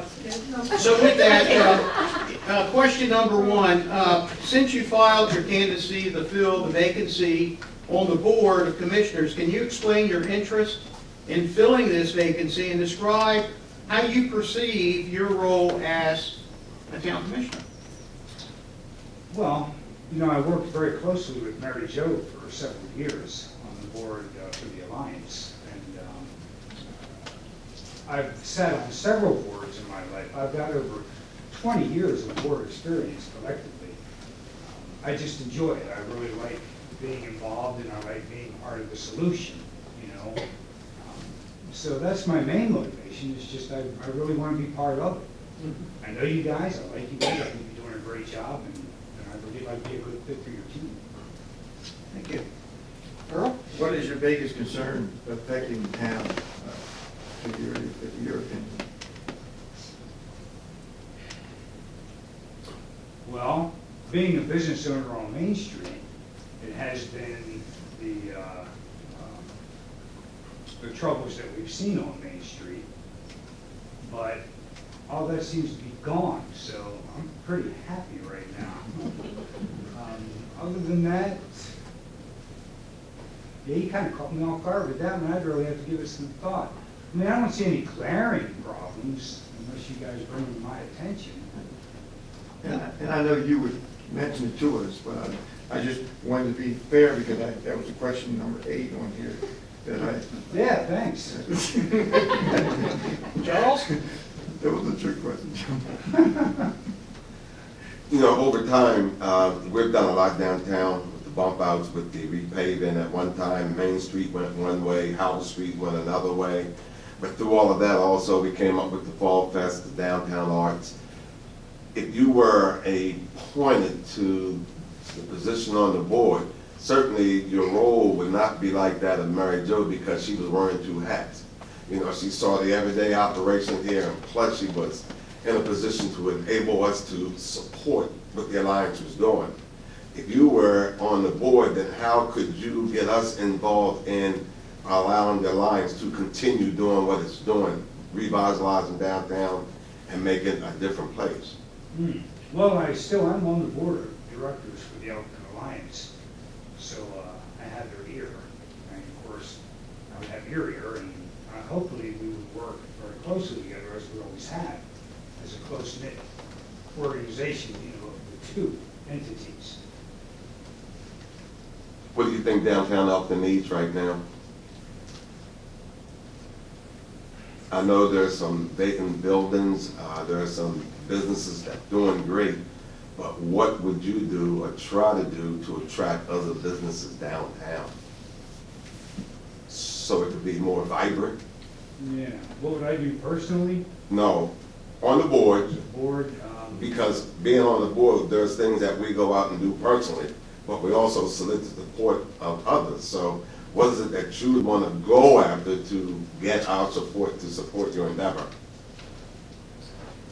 could you reword the question? What changes would you bring about downtown Elkton? Well, we're doing pretty good down there now. I'd like to see a few more businesses come in, a few less empty buildings, of course. And of course, I would do whatever that I could within my power to make that happen. At this point, I don't know what would be in my power, but, you know, as those things present themselves, I would certainly take advantage of them. And I'm a go-getter, you know, when I want something done, I'm pretty tenacious about it. Right, yeah, show that by your business, which is good. I'm done, Gene. Thanks, Gene?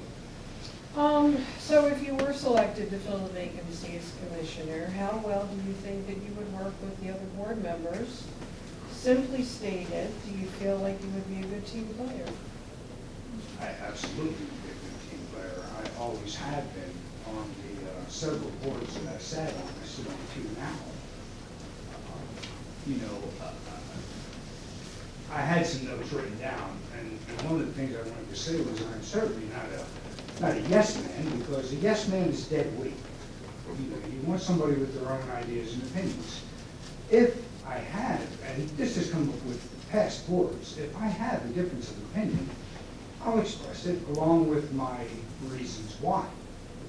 But if the board makes a majority decision to move ahead with a decision or a project, and we've made that decision, now I'm on board. And what can I do to make this decision a success? Because I want us to be a success. Tell us a little bit, something that we may not know about you. Pretty much know everything about me. I've been here, and I've moved to Elkton in 1976. I went into the service in 1979 for 5 years. I got out in '84. I have lived in my home in Elkton Heights for 34 years. I've had my business on Main Street for 33 years. I've stayed. I love this town. I love the people in it. It's all become like my big family, and I want to help take care of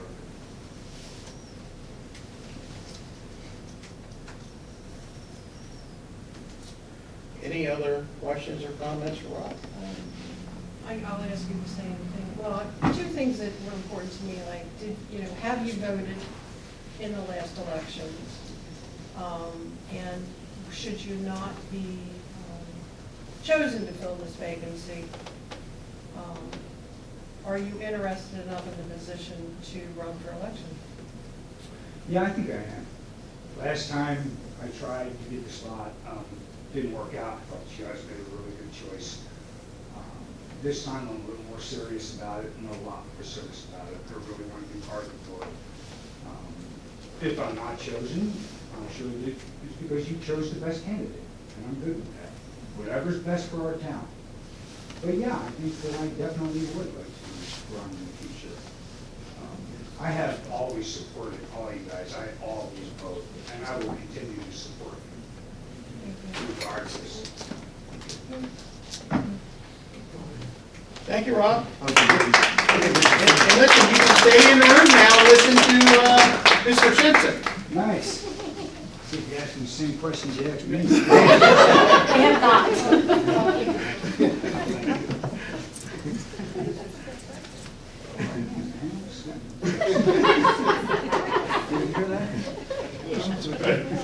Yeah, we're ready.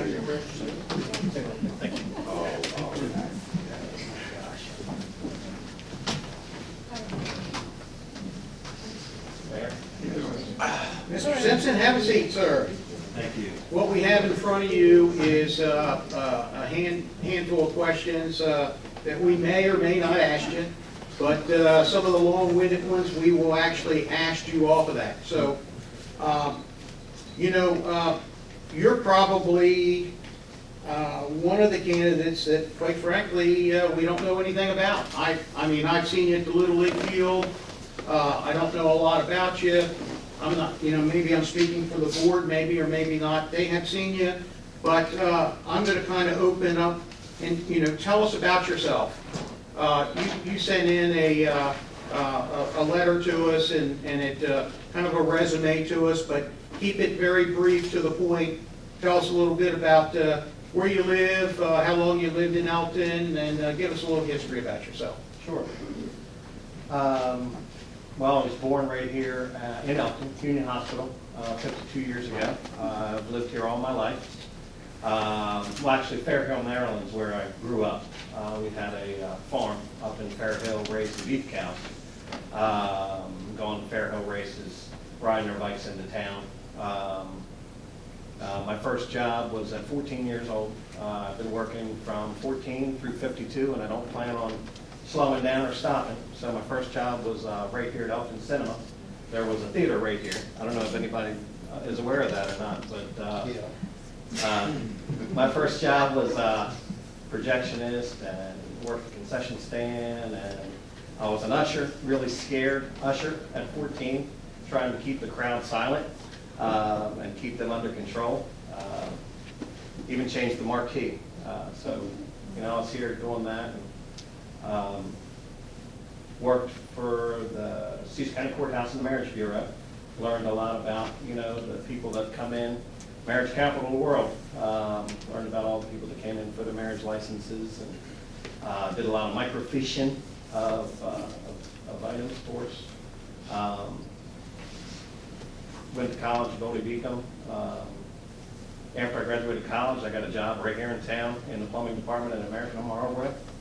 So I never really left town up until I started my career. I went to college for IT. So I actually started my career in IT. Corporate IT is where I've been for the last 30 years. Most recently was 11 years as director of IT for Dover Downs Hotel and Casino.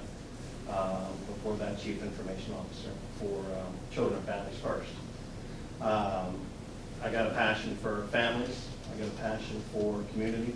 I left non-for-profit. I mean, that's where my heart was, working for a non-for-profit, but needed to take care of my kids. I'm raising 6 kids and a grandson. They're all, well, they're getting older. They're all graduates. 5 of them are graduates of Elkton High School. I graduated from Elkton High School in 1984. Strong class. I mean, real strong class. Probably if they knew that they could stand up and say a few words about me, we probably had the whole class here tonight. It's great. Every 5 years we celebrate, you know, our reunions, and we usually do it around town.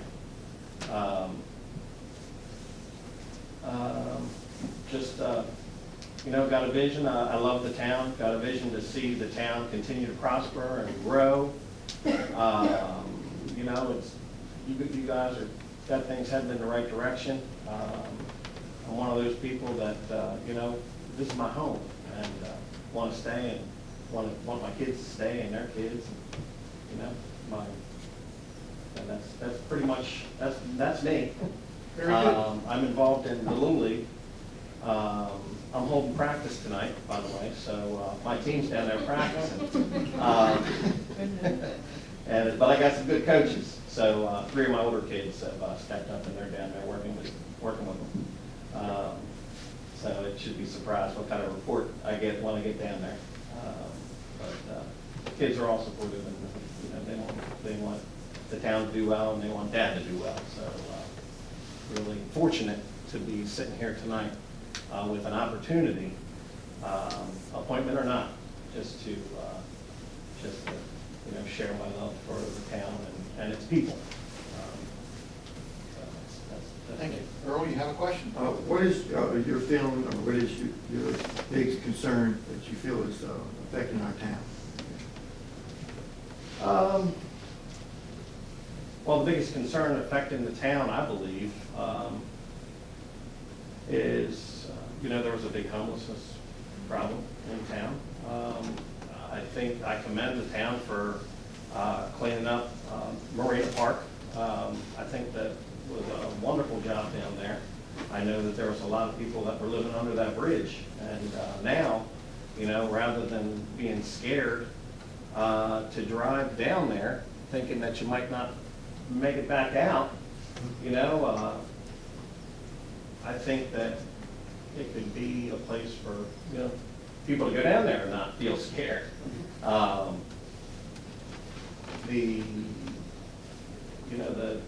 The pandering, I guess, with people coming up and asking people for money all the time, whether it's at Walmart or on the street corner, or I believe that's a problem. Obviously, drugs are a problem too. Charles? So you were here when there was a movie theater, so obviously you were around Elkton when Main Street was two ways going back and forth. I think it's changed directions a few different times. Right, and the guy who used to speak religious down there on the corner there, people banking and trust at the time. So I'm saying all this to say this, what are the most significant growth or things you've seen really occur in Elkton? Because there have been a lot. There used to be a men's clothing store with the yeah, I mean, shoe shop downtown, but all that's gone now in way of the mall. But in spite of that, there's still been significant changes. Yeah, I parked out here this morning. Today was my day off, so I parked out here this morning and I actually walked around the town. And I think one of the things that I really liked seeing was how clean it was. I mean, there wasn't, I don't even think I saw one cigarette butt on a sidewalk.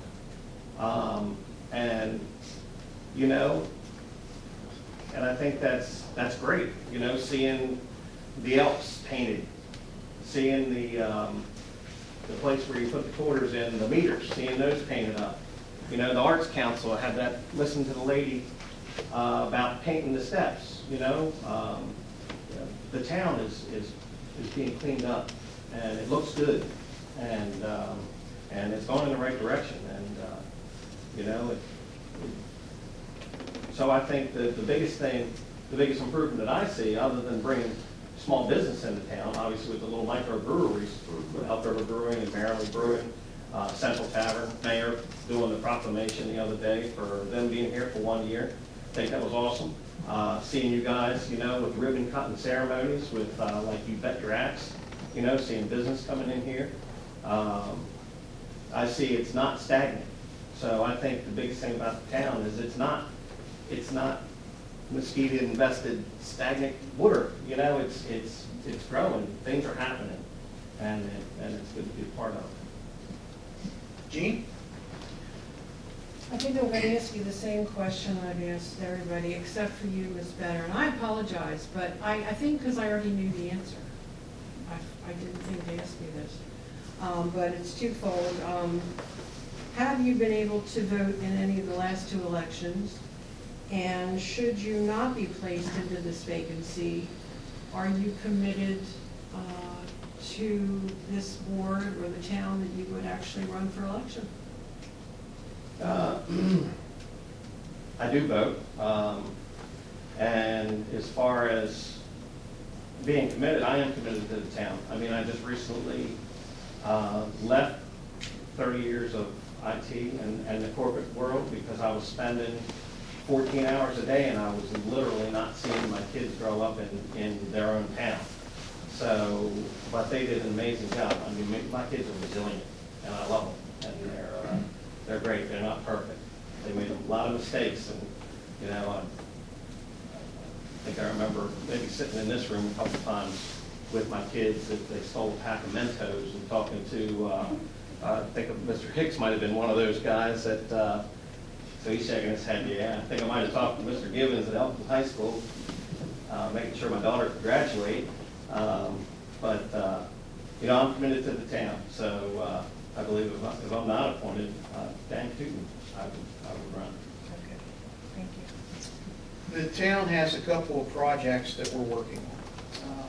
a lot of infrastructure projects, but we're also working on a new community center. We're moving forward with acquiring the Elkton Armory across the street. How do you feel about that? You think we're doing the right thing, not the right thing? Obviously, you guys are doing the right thing. I mean, it's all part of growth. You know, hearing about what happened with the George's Restaurant, you know, finally being sold, and now it's going to be, the hotel's going to be tore down, and you know, they're actually going to make something out of it. You know, there's a lot of I think there's a lot of, well, the Armory I think is awesome. I mean, it's iconic. I wouldn't disturb, you know, any part of its structure, maybe just what goes on the inside. But there's a lot of things that, you know, I believe that maybe there's a lot of vacant buildings. Well, like George's, you know, taking that and making something out of it.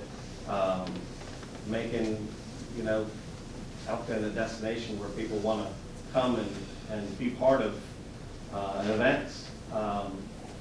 You know, I look at a small town like, it's a little town in Laurel, Delaware. It's called Roxana, and they hold the World Series, the softball World Series, and that one little event turns that town around.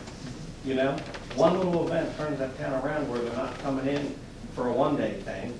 You know what I mean? People are converging on the town, and they're eating at the restaurants, and they're shopping at the stores, and they're staying in the hotels. And, you know, I think that, you know, I don't know, I always love the town fireworks, but that's a come in, watch fireworks, and then you leave. You know, and you're at Meadow Park, and you're not going up and down the street shopping at the shops, or you're not going out to dinner. Well, let's go out to dinner before we watch fireworks. You're not doing that. You're going and plopping down in the middle of Meadow Park, and when it's all done, you're leaving. Well, I think that, you know, having a place like a community center that's there all the time, you know, for people to come and make that their destination for the day or the weekend, you know, maybe even weekend events, you know, where people do have to shack up and take up residence and you know, go and eat lunch somewhere in town, shop the stores. And, you know, I remember the Newberry's right down here. You know, that was almost a destination. Come Christmas time, you always want to go down to the Newberry's and sit on Santa's lap and do your shopping, whether you bought anything or not. But you always used to sit at that little deli that you'd have something to eat there. So it was a lot of something people that you don't realize Charlie was the Santa Claus.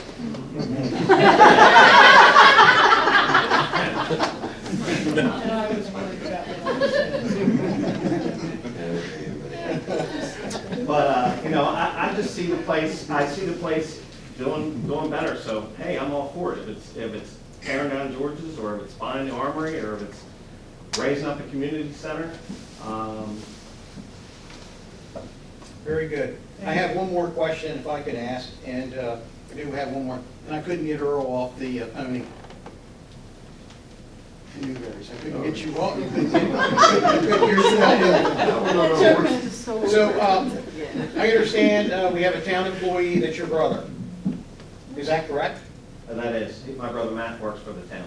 Matt works for the town of Elkton. Yeah, is that a conflict of interest? No, Okay. no. I know we're governed by the town charter, you know, and I know that we enforce policy based on that. So, I mean, I want to make sure that I'm copacetic and falling within the guidelines. I just wanted to make sure you made us aware of it, and that's one thing that you need to do. Oh, okay. You got to make us aware of it. Where does it work? He works for Public Works. He works for Dan. Dan is the guy that, Dan.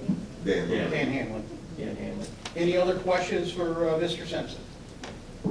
Thank you, sir. Thank you much. Listen, you can sit in the room and listen to the last person what you take on. Okay. And if I'm appointed, I definitely need to bring my water in because I got a bad case of dry mouth while I was There you go. Look, I'm going through it for you. Would you like a bottle of water? We could have had water then. I was out there guzzling at the fountain, and brought something in. You can have a roll. I'm good. so that they can very good young ladies working in the workplace. Mary Jane, Whatever, Harry, you, sir. Yes. Dave, what we have in front of you is a list of questions. What we're going to do is we're going to ask you anywhere from maybe 5 to 8 questions. The longer-winded questions are on that paper, so if you need to read it you know, to digest it as we ask, it may help you there. Okay. So I'm going to ask the first one. It's the same one I've asked everybody. Okay. Since you filed your candidacy to fill the vacancy on the Board of Commissioners, can you explain your interest in filling that vacancy and describe how you perceive your role as Commissioner? Yes, sir. My interest comes from a very important question that surfaces society, and even a question that the town of Elkton may ask in the passing of Miss Mary Jo Jablonski. Who are you grooming and preparing to carry the torch of your legacy you leave behind? My interest comes from being a young person, this being historic Elkton. And we see, you know, we have males, we have females, African Americans, Caucasians, but to continue that historic, to have a young person to be able to come on the board, to bring a fresh set of eyes, to be able to bring, you know, when you can look at a young person versus hearing from the elders, and I appreciate you guys, you're seasoned vets, and I'm very teachable, I love it, but when a young person can look at someone they relate to. And it's very important as a young person to know what your purpose is in the town of Elkton so they can understand that they're part of it as well. But a lot of the young people don't understand what's the part they play. And I want to be that example to be able to help them to play their part. Thank you. Earl? This is a hard question. Yes, sir. It's a hard question, okay? Yes, sir. What is your biggest concern that you feel has affected the town? I believe the B word, which is balance. We don't have enough balance. And when I say that, I mean being able, once again, I'm all for the young people, so I always, you know, speak on that. Being able to have balance, having that involvement, you know, as we look out even at the town meetings, we see 2 young people.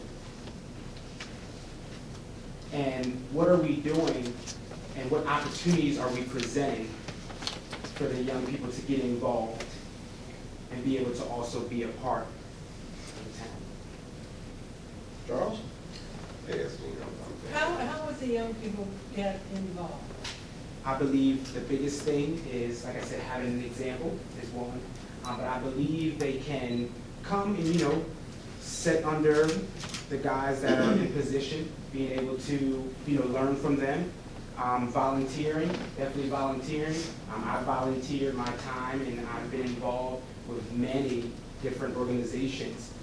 So just being able to learn, I believe we can get, I think you guys are talking about a community center, to be able to groom them and develop them, opening up opportunities for them to have different jobs and different things they can get involved in. Yes, ma'am. A big part of you went to Elkton High School, I believe, in your 9th grade year. If I remember, you was there when I was there. You became the class president. Yes, sir. Since that time, you worked at the Boys and Girls Club on High Street under Mary Jo Jablonski. Right now, I guess you're working with children in school. You dealt with the men's shelter and the other place down here, the Randall House. Well, let me move that on over to the rec center that we are building, because we hopefully will make that a significant area for the young people. What significance will it actually have for this community? I believe you get the young people interested to be able to develop them. I think it's very important once you can get them, you know, draw their attention, get them there, but being able to pour into them and develop them to be, you know, a part of it. I believe that technology is the biggest thing that's going to really draw a lot of interest, and being able to, you know, social media, different things, and just getting, just being able to have them interested to get involved. I think it's going to be very beneficial to have the young people, give them somewhere to go, to build connections with others, and to be able to, like I said, grow from that and go on to different endeavors and businesses and different things like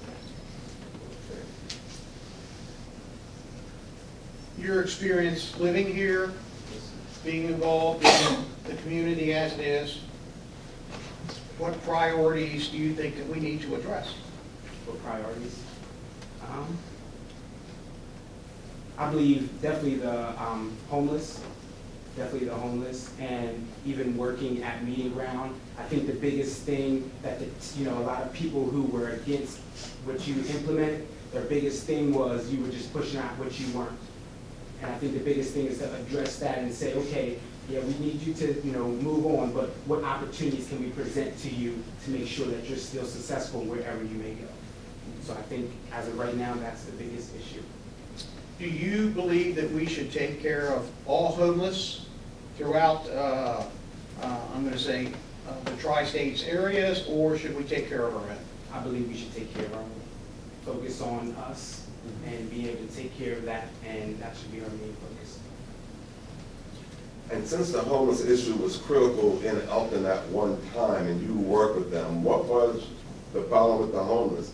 Were they actually homeless, or would you give them another title? Because I believe a lot of them had places to live and go, but what was their problem? I believe their problem was they wanted more so a hand out instead of a hand up. And what I mean by that, they wanted things to be handed to them versus giving a hand up and saying, hey, here's the tools, but you're going to have to put in the work to make sure that it's possible to do what it is to get you out of the situation. So they wanted things to be given to them. I have to ask the same question. Yeah, go ahead. Okay, I already know that you have voted in the last election. Yes, ma'am. But should you not be chosen to be placed into this vacancy as Mary Jo seat, you seem pretty committed. So my question is, do you plan on running in an election? I would. I just would definitely have it an honor to be able to serve with you guys, to be able to pour into me and have that, veteran presence around me. Is this like a next step for you? Yes, yes, ma'am. To run for an election? Yes, ma'am. Okay, thank you. Very good. Well, listen, this concludes our interviews. And Daquan, thank you. Thank you to all the candidates. Once again, the process that we're going to do here, you haven't heard anything from Mr. Hines? Okay. What we're going to do is we're going to take a couple-minute break, but I'm going to ask everyone to... I just want to make a comment. Go ahead, Earl. I know it's been a long night. Some of y'all don't have to work in Devon like me, but anyway, I was really impressed with all the candidates, and I've looked at what we've done today as questions to you. This is a nice little format to use for our town meetings, because just the amount of information we received tonight through you guys is enough that our citizens should be able to bring into us every meeting some of these questions and answers. I was really impressed with the format and the questions that were given. So I commend everybody, and I've even learned a few things from this list that could probably help as we go forward. Thank you. I guess the comment I have, I would say that we're going to have a little discussion this evening. We're going to close the meeting to have our discussion. We may or may not reconvene. If we reconvene, it's going to be to, I would assume, to announce who our candidate will be. Saying that, I think we have all the cell phone numbers from everybody. Is that correct? I believe that we do, yes. I think we have everyone's cell phone numbers, and we would reach out to you and let you know if you have been selected or not selected. We'll let you know this evening, so you wouldn't have. So I would say, if you don't hear anything from us by 10:30, hopefully No one's in bed yet, but you may or may not be. Or if you see the lights on, you can drive around and come back. Well, can we even now know if we did not come to a decision? We can. We'll let you know if we did not come to a decision also this evening. Yes, go ahead. As an ex-town citizen, I recently moved, but I think it speaks on the mayor's behalf and the rest of the commissioners. You have so many candidates for this vacancy, so you guys should really applaud yourselves, too. And I have to tell you, we got 8 very qualified candidates, and I would have to say that it would be an honor sitting up here with any of us, and we'll see what's, listen, this is not an easy decision. It is not an easy decision. I think, I will tell you that each of us had a different person in mind, I think, which is good. So we're gonna discuss it and kind of the process. Hopefully we can be unanimous on this decision. If we're unanimous, that doesn't mean that each and every one of you didn't have votes till we got to unanimous. So I think that's very, very important for everyone to know. You're great candidates. I love that I can tell you how I feel. I love the excitement. I think we were very open about this. We didn't have to be. This could have easily been the 4 of us get in a room together and say, hey, here's what we're doing. I think this was the right thing to do for the Elkton community, and we put it out there. And it's going to be hopefully, if you don't get chosen tonight, don't be disappointed. Run for election. It's a great thing. I don't think anyone gets upset if you're running for the position. So with that, I'm going to ask everyone to exit the building. And I need a motion to have a closed meeting for an appointment. We got Charles. Second. All in favor?